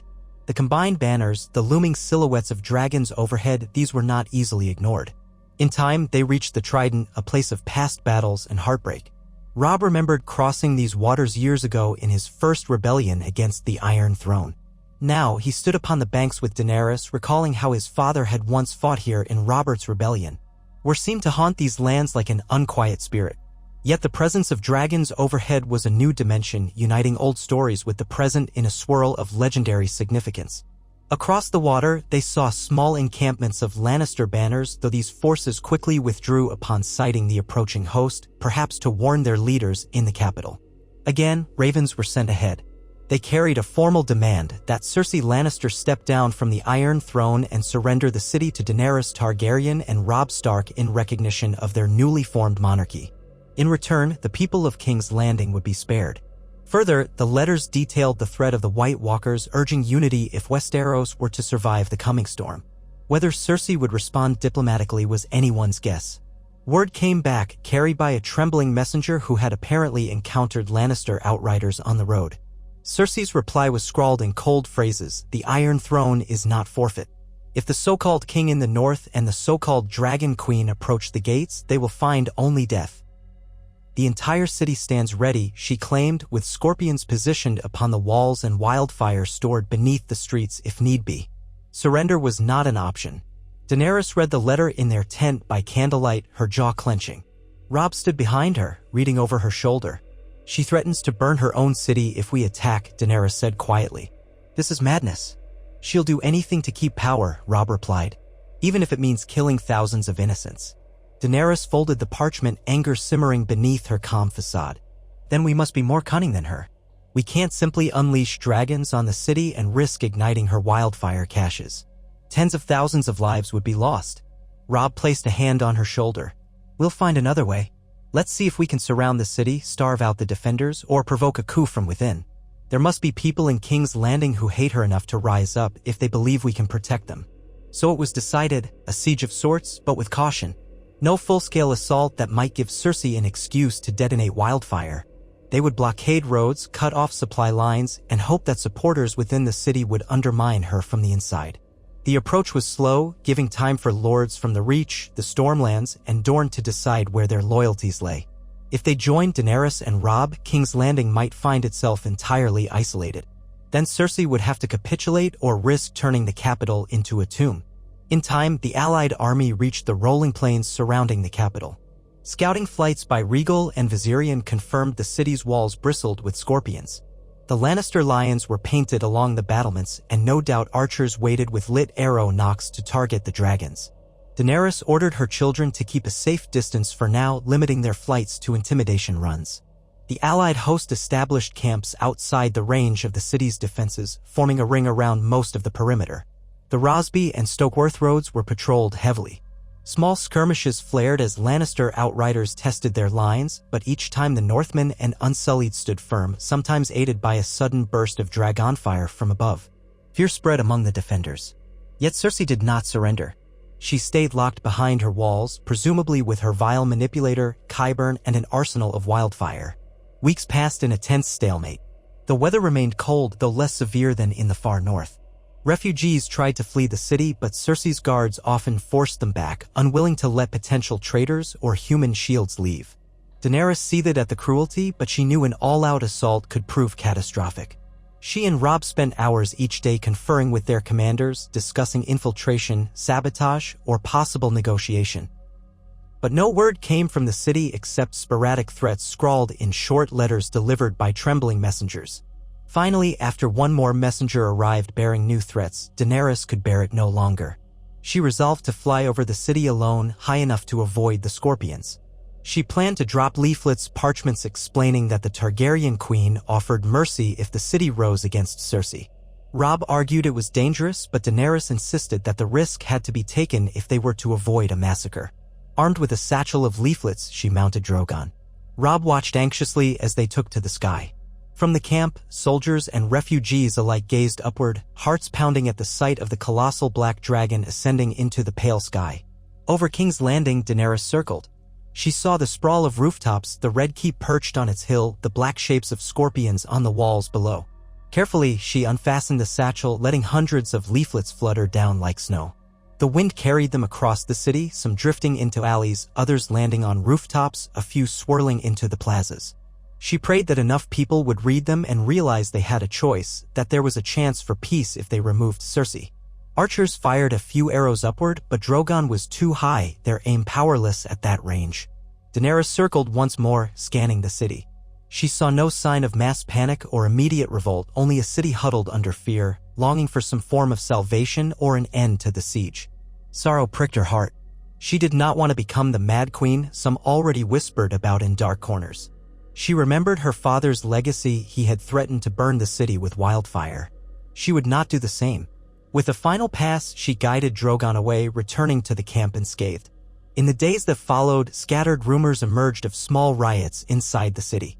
Some claimed leaflets were read in secret, spurring talk of rebellion.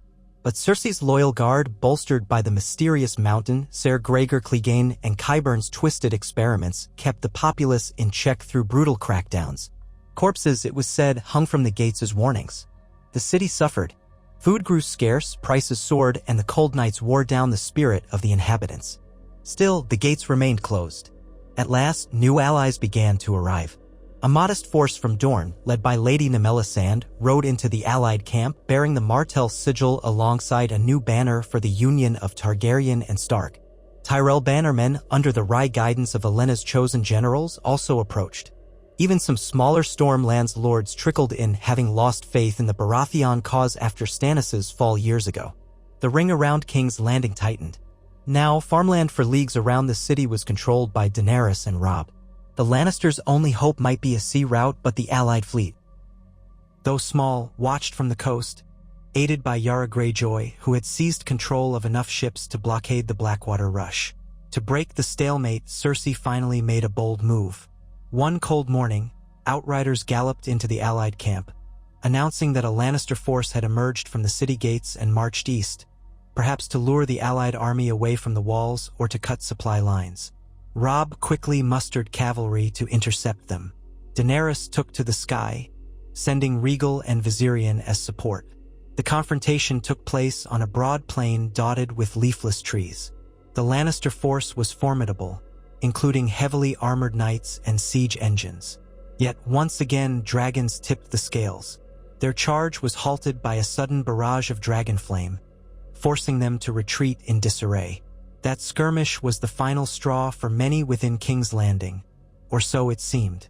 A rumor spread that a group of city guards had turned on their officers, trying to open a gate for the allied host. They were discovered and executed, but cracks had formed. Inside the city, unrest spread. Despite Cersei's brutality, a sense of desperation took hold. Then came the inevitable. Spies reported that Euron Greyjoy's fleet, carrying the Golden Company, was nearing Blackwater Bay. If Euron landed these sellswords, the Allied siege might be threatened from behind. Daenerys and Robb called an emergency council. They had limited ships, but enough to mount a naval defense if they acted quickly. Yara Greyjoy volunteered to sail out and meet her uncle's armada, but she feared they might be outmatched. The difference could be the dragons, if they dared to engage over open water. It was a tremendous risk. Cersei might use the distraction to attack from the city while the Allied forces were divided. Yet letting Euron land the Golden Company unopposed would shift the balance again. At dawn, Daenerys prepared for a dangerous maneuver. She and Drogon would join Yara's fleet in intercepting Euron at sea, while Regal and Viserion remained behind with Robb's main army to guard the siege lines. The plan was for Drogon to destroy as many Ironborn ships as possible before they could launch their Scorpions or the famed ballista Euron might have installed. Then Yara's sailors would close in for boarding actions. Robb supported this, albeit reluctantly, for he knew the risk to Daenerys was immense. They shared a quiet moment in her command tent, the flicker of a single lamp casting dancing shadows on the canvas walls. "Promise me you'll be careful," he said, voice subdued. "They have devices that can harm dragons. We learned that from Qyburn's designs." "I promise," Daenerys replied, "but I must do this. We can't let Euron bring the Golden Company ashore, or all our efforts here will be undone." He touched her cheek gently. "Fly high. Strike from a position of safety." She nodded, stepping into his arms for a brief embrace. There was a sense of urgency but also deep tenderness. "I'll return to you," she whispered. They parted at the first horn call. Daenerys climbed onto Drogon's back, the beast's scales catching the faint morning light. With a thunderous leap, they soared into the sky, heading for Blackwater Bay.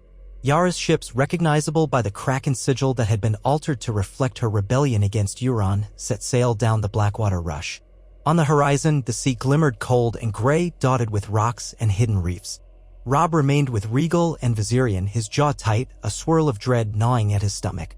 He told himself that Daenerys was no stranger to battle, that Drogon was the largest dragon in the world, and that Yara's sailors were fierce. But Euron was cunning, unpredictable, and cruel. If he had hidden scorpions or wildfire aboard his ships, the risk was unimaginable. In the camp, lords and soldiers stirred nervously, sensing a new drama unfolding beyond their sight. Across the water, Daenerys beheld Euron's fleet from a distance. The Ironborn ships were numerous, black sails taut in the breeze, the Golden Company's banners fluttering among them. She circled high, scanning for telltale siege weapons. Indeed, she could see giant crossbows mounted on deck, similar to Qyburn's scorpions. Her heart thudded. If they aimed well, a single bolt could gravely wound or kill Drogon. But she had no choice. She spurred Drogon into a dive.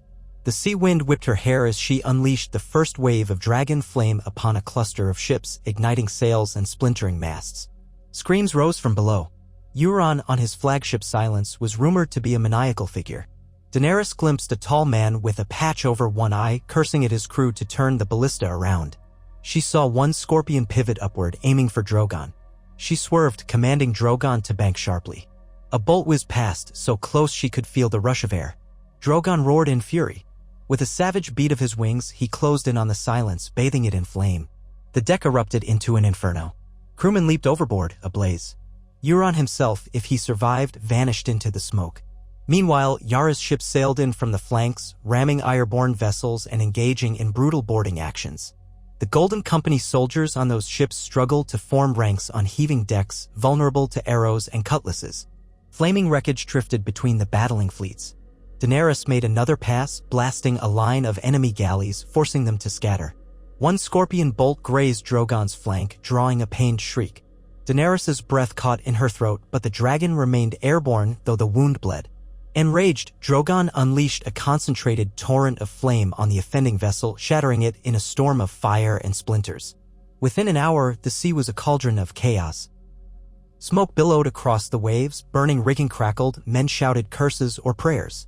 Yara's flagship, the Black Dawn, hammered its way through the middle, smashing aside a damaged Ironborn galley. Daenerys circled above, searching for any sign of Euron or the largest cluster of enemy ships that might still pose a threat. Spotting a group of 4 intact vessels trying to slip away, she dove again. Dragaflame consumed 2 of them, the blasts of heat turning the timbers into kindling. The other 2 struck their colors in panic. By midday, the water around the capital was a floating graveyard of charred hulls and drifting bodies. Yara's fleet, though battered, retained a cohesive line. The Ironborn under Euron's command had been decimated, the Golden Company's transport ships mostly destroyed or captured. A portion of the Sellswords might have made it to the shore east of the city, but they were leaderless and disorganized. Daenerys could only hope that land-based patrols would mop them up. She and Drogon landed briefly on one of Yara's captured ships, where she assessed the damage. The sense of victory was tempered by the sight of so much death. She did not relish this destruction, but a cold logic told her it was necessary to prevent an even bloodier war on land. That evening, battered but victorious, Daenerys returned to the Allied camp. Robb rushed to meet her, relief plain in his eyes. He saw Drogon's injured flank and immediately ordered the maester traveling with them to tend it. The dragon bellowed at the touch of a salve, but the wound was not mortal. Daenerys descended, exhaustion dragging at her limbs. When Robb pulled her into an embrace, she let out a shaky sigh, grateful for his warmth. Reports came in. Euron's fleet was shattered. No sign of Euron's body, but even if he survived, he had no ships left worth naming. The Golden Company was mostly destroyed at sea, with scattered survivors swimming ashore. A small portion might join the city garrison, but their numbers were negligible. By the next day, ravens confirmed that Cersei's hold on the capital was fraying. Panic seeped through the streets. With no hope of naval rescue, the blockade complete, and rumors of an unstoppable dragon queen who had just annihilated a fleet, many questioned whether it was worth dying for Cersei's cause. At last, a wave of desertions began. Lannister soldiers posted along the outer walls quietly abandoned their posts in the dead of night, sneaking out to surrender. Some gold cloaks in the city defected to local rebels who demanded an end to Cersei's reign. Knowing time was slipping away, Cersei ordered a final display of force. She lined the walls with archers, crossbows, and scorpions ready to unleash a hail of bolts if Daenerys dared approach. She threatened to open the city gates to let thousands of starving residents out, effectively forcing the allied army to feed or kill them, hoping it would tarnish Daenerys' image. But Daenerys refused to harm innocents. Instead, she permitted the refugees to pass through her lines unharmed, setting up crude shelters for them behind the siege lines. As the city's defenders watched famished civilians stream out, the morale within the walls deteriorated further. Finally, at dawn on a misty day, the gates of King's Landing opened not to unleash an attack, but to reveal a surge of civilians carrying white flags, followed by gold cloaks throwing down their arms. The city was surrendering from within. Bells rang from the Sept Tower. Chaos reigned for a time as conflicting orders spread among the Lannister loyalists. Some pockets continued to fight. Others gave up, deciding not to die for a lost cause. Daenerys and Robb advanced cautiously, commanding ground troops to move in and secure the gates while Rhaegal and Viserion circled overhead in case of a trap. Inside the city, they found pockets of resistance, but these were quickly subdued by the combined might of the Unsullied and Northern infantry. At the Red Keep, a final standoff occurred. A handful of fanatically loyal Lannister knights barricaded themselves in the throne room, refusing to yield. Yet the final blow came not from an invading army, but from a betrayal within. Qyburn was killed by one of his own monstrous creations gone berserk, and Cersei found herself isolated. When the doors of the throne room were battered open, Daenerys and Robb entered with a contingent of Unsullied and Northern guards. Smoke hung in the air. Tapestries lay torn. The Iron Throne loomed above the dais, that ancient seat forged by Aegon the Conqueror's swords. Cersei Lannister stood there, her regal gown disheveled, hair tangled, eyes blazing with defiance. Beside her towered Ser Gregor Clegane, the monstrous knight. Blood stained the floor from the corpses of those who had tried to stop them. "It's over, Cersei," Daenerys said, her voice echoing in the cavernous hall. "Your men have laid down their arms. King's Landing has surrendered." Cersei sneered. "You think you've won, but you're just another usurper. The people will suffer under your rule, Targaryen. You'll scorch them all if they dare defy you." Robb stepped forward, Heart of the North sheathed at his side. "We want no more death. Surrender, and you will be treated fairly." Cersei's eyes flicked toward a shadowy corner, as if expecting some final ploy. None came. Gregor Clegane shifted, his dead gaze locked on the intruders. Daenerys lifted a hand, and Grey Worm, standing to her right, readied his spear. Tension coiled like a viper, but Cersei knew she was alone. Her last loyal men were dead or captured. Gregor Clegane could not stop an entire army of Unsullied. With a low hiss of frustration, she sank to her knees, tears of rage in her eyes. "You'll never be queen in truth," she spat. Daenerys exhaled, feeling a complex swirl of pity, anger, and relief. She signaled Grey Worm, who stepped forward to seize Cersei's arms and remove a small blade hidden in her sleeve. Ser Gregor roared, raising his sword, but half a dozen spears instantly met his chest. Even his unnatural resilience could not hold against so many. With a guttural snarl, he toppled to the marble floor. The last threat was ended. A hush settled in the throne room. Smoke drifted among the shattered pillars. Outside, the bells still tolled, signifying the city's surrender. Robb and Daenerys looked at each other, hardly believing it was done. So much blood had been spilled, so many battles fought, from the snows of the north to the waters of Blackwater Bay to the very steps of the Red Keep. Yet here they stood, triumphant. The realm was theirs to shape or to fail as events would have it. Cersei was dragged away, spitting curses. Daenerys turned her gaze to the Iron Throne. The twisted metal seat seemed to shimmer in the half-light. Every blade fused into a testament of conquest long past. She remembered the stories of her ancestors, the vision she once had of a destroyed throne room. Carefully, she ascended the dais, each step echoing in the hush. Robb followed, stopping beside her. The significance of that ancient seat pressed upon them both. It was a symbol of absolute power, but also of the cycle of blood and fire that had plagued Westeros for centuries. Daenerys placed a hand on one of the fused swords. It was cold to the touch. For a moment, she closed her eyes, recalling the promise she had made to free the enslaved, to protect the weak, to end the tyranny of those who treated the realm as their plaything. She opened her eyes and looked at Robb. He offered a faint nod. Slowly, Daenerys sat down on the Iron Throne. The metal pressed against her back, uncomfortable, heavy with history. She was the first Targaryen to hold it since her father, the Mad King, was overthrown. Yet she was not alone in this. Robb stood at her side, a northern king whose alliance with her had forged a new path for the realm. Trumpets outside heralded the arrival of allied forces in the Red Keep. Some entered, breathless, to witness the crowning moment. Ser Jorah stepped forward, kneeling. Grey Worm did likewise. The Great Jon, bruised but grinning, bowed his head.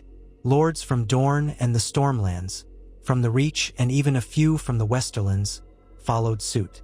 A single voice rang out in the echoing hall. "All hail Daenerys Stormborn, first of her name, Queen of the Undulls and the First Men, Protector of the Realm, the Unburnt, Mother of Dragons, and Queen of Westeros." Daenerys's voice, when she spoke, was steady. "Thank you. We have won a great victory, but our work is not finished. We must heal this city, this realm, and stand vigilant against the threat still lurking in the north. I do not intend to rule with terror, but with justice." She turned to Robb, gesturing for him to come closer. Some in the hall looked on with curiosity, uncertain how to address a king in the north who was also the queen's husband. But Daenerys did not hesitate. "The king in the north, Robb Stark, stands with me. The north shall be free to govern itself in all but name, joined to the Iron Throne through our union. Let all know that the age of warring kings and queens must end if we are to survive the true war yet to come." Robb inclined his head. "My queen and my wife, we will defend the realm together. We will not forget the North's needs, nor the sacrifices of its people. But we also acknowledge that unity is our shield against the darkness. In the days that followed, the city slowly returned to order under the combined leadership of Daenerys and Robb.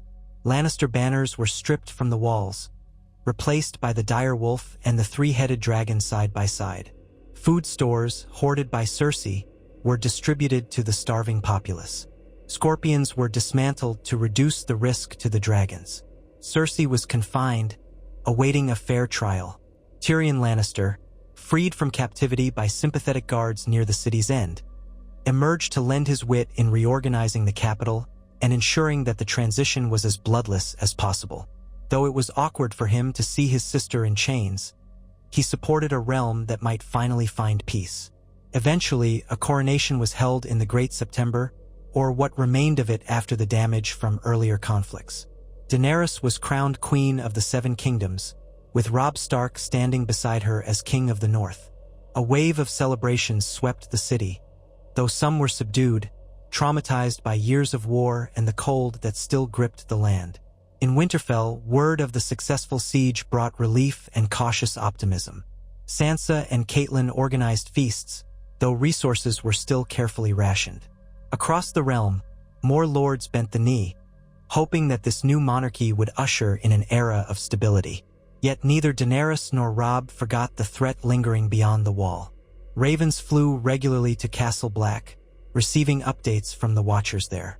The Night King had gone into hiding, or perhaps was mustering a new force. Whatever the reason, the threat of endless winter remained. Daenerys resolved that once King's Landing was stabilized, she and Robb would lead the realm's combined armies north again. This time, with all seven kingdoms united behind them, they could face the White Walkers with overwhelming force. As the capital settled under its new rulers, Daenerys and Robb took a moment of respite in the Red Keep's gardens, where some hardy shrubs survived the cold. The sun was low, painting the sky in streaks of pale orange and pink. A crisp breeze carried the sense of winter from the north. Robb gently clasped Daenerys' hand, gazing at her with a mixture of pride and tenderness. "We have come so far," he murmured. "From that day when you arrived at White Harbor, uncertain if the North would even allow you inside Winterfell." She smiled faintly, recalling the snow swirling around her. "You took a risk to marry the daughter of the Mad King. I took a risk to trust the son of a man executed for treason." He brushed a strand of silver hair away from her face. "And here we stand, after defeating armies of the dead, toppling the Lion Queen, and uniting Westeros under our banners." He paused. "But the greatest challenge still lies ahead. We both know that." She nodded, glancing toward the north as if she could see past the horizon to the wall. "We'll face it together, fire and ice as one." They stood there in companionable silence, the hush of the dusk settling around them. Two young rulers, bound by fate and choice, with the hopes of the realm resting on their shoulders. The next war would be the final stand for the living against the darkness. But for the moment, they allowed themselves a single breath of peace, hearts beating in unison, confident that their bond had changed the course of history, and, if the gods were just, might yet save Westeros from the long night to come. No matter what trials awaited them, they would not stand alone. The wolf and the dragon, united by marriage and tested by battle, had proved their strength. Now all Westeros looked to them for salvation, and the knowledge that, sometimes, hope could be born from the unlikeliest of unions. Together, they would march north once more, carrying the banners of fire and ice, forging a future where the living prevailed and the cycle of bloodshed might finally find its end.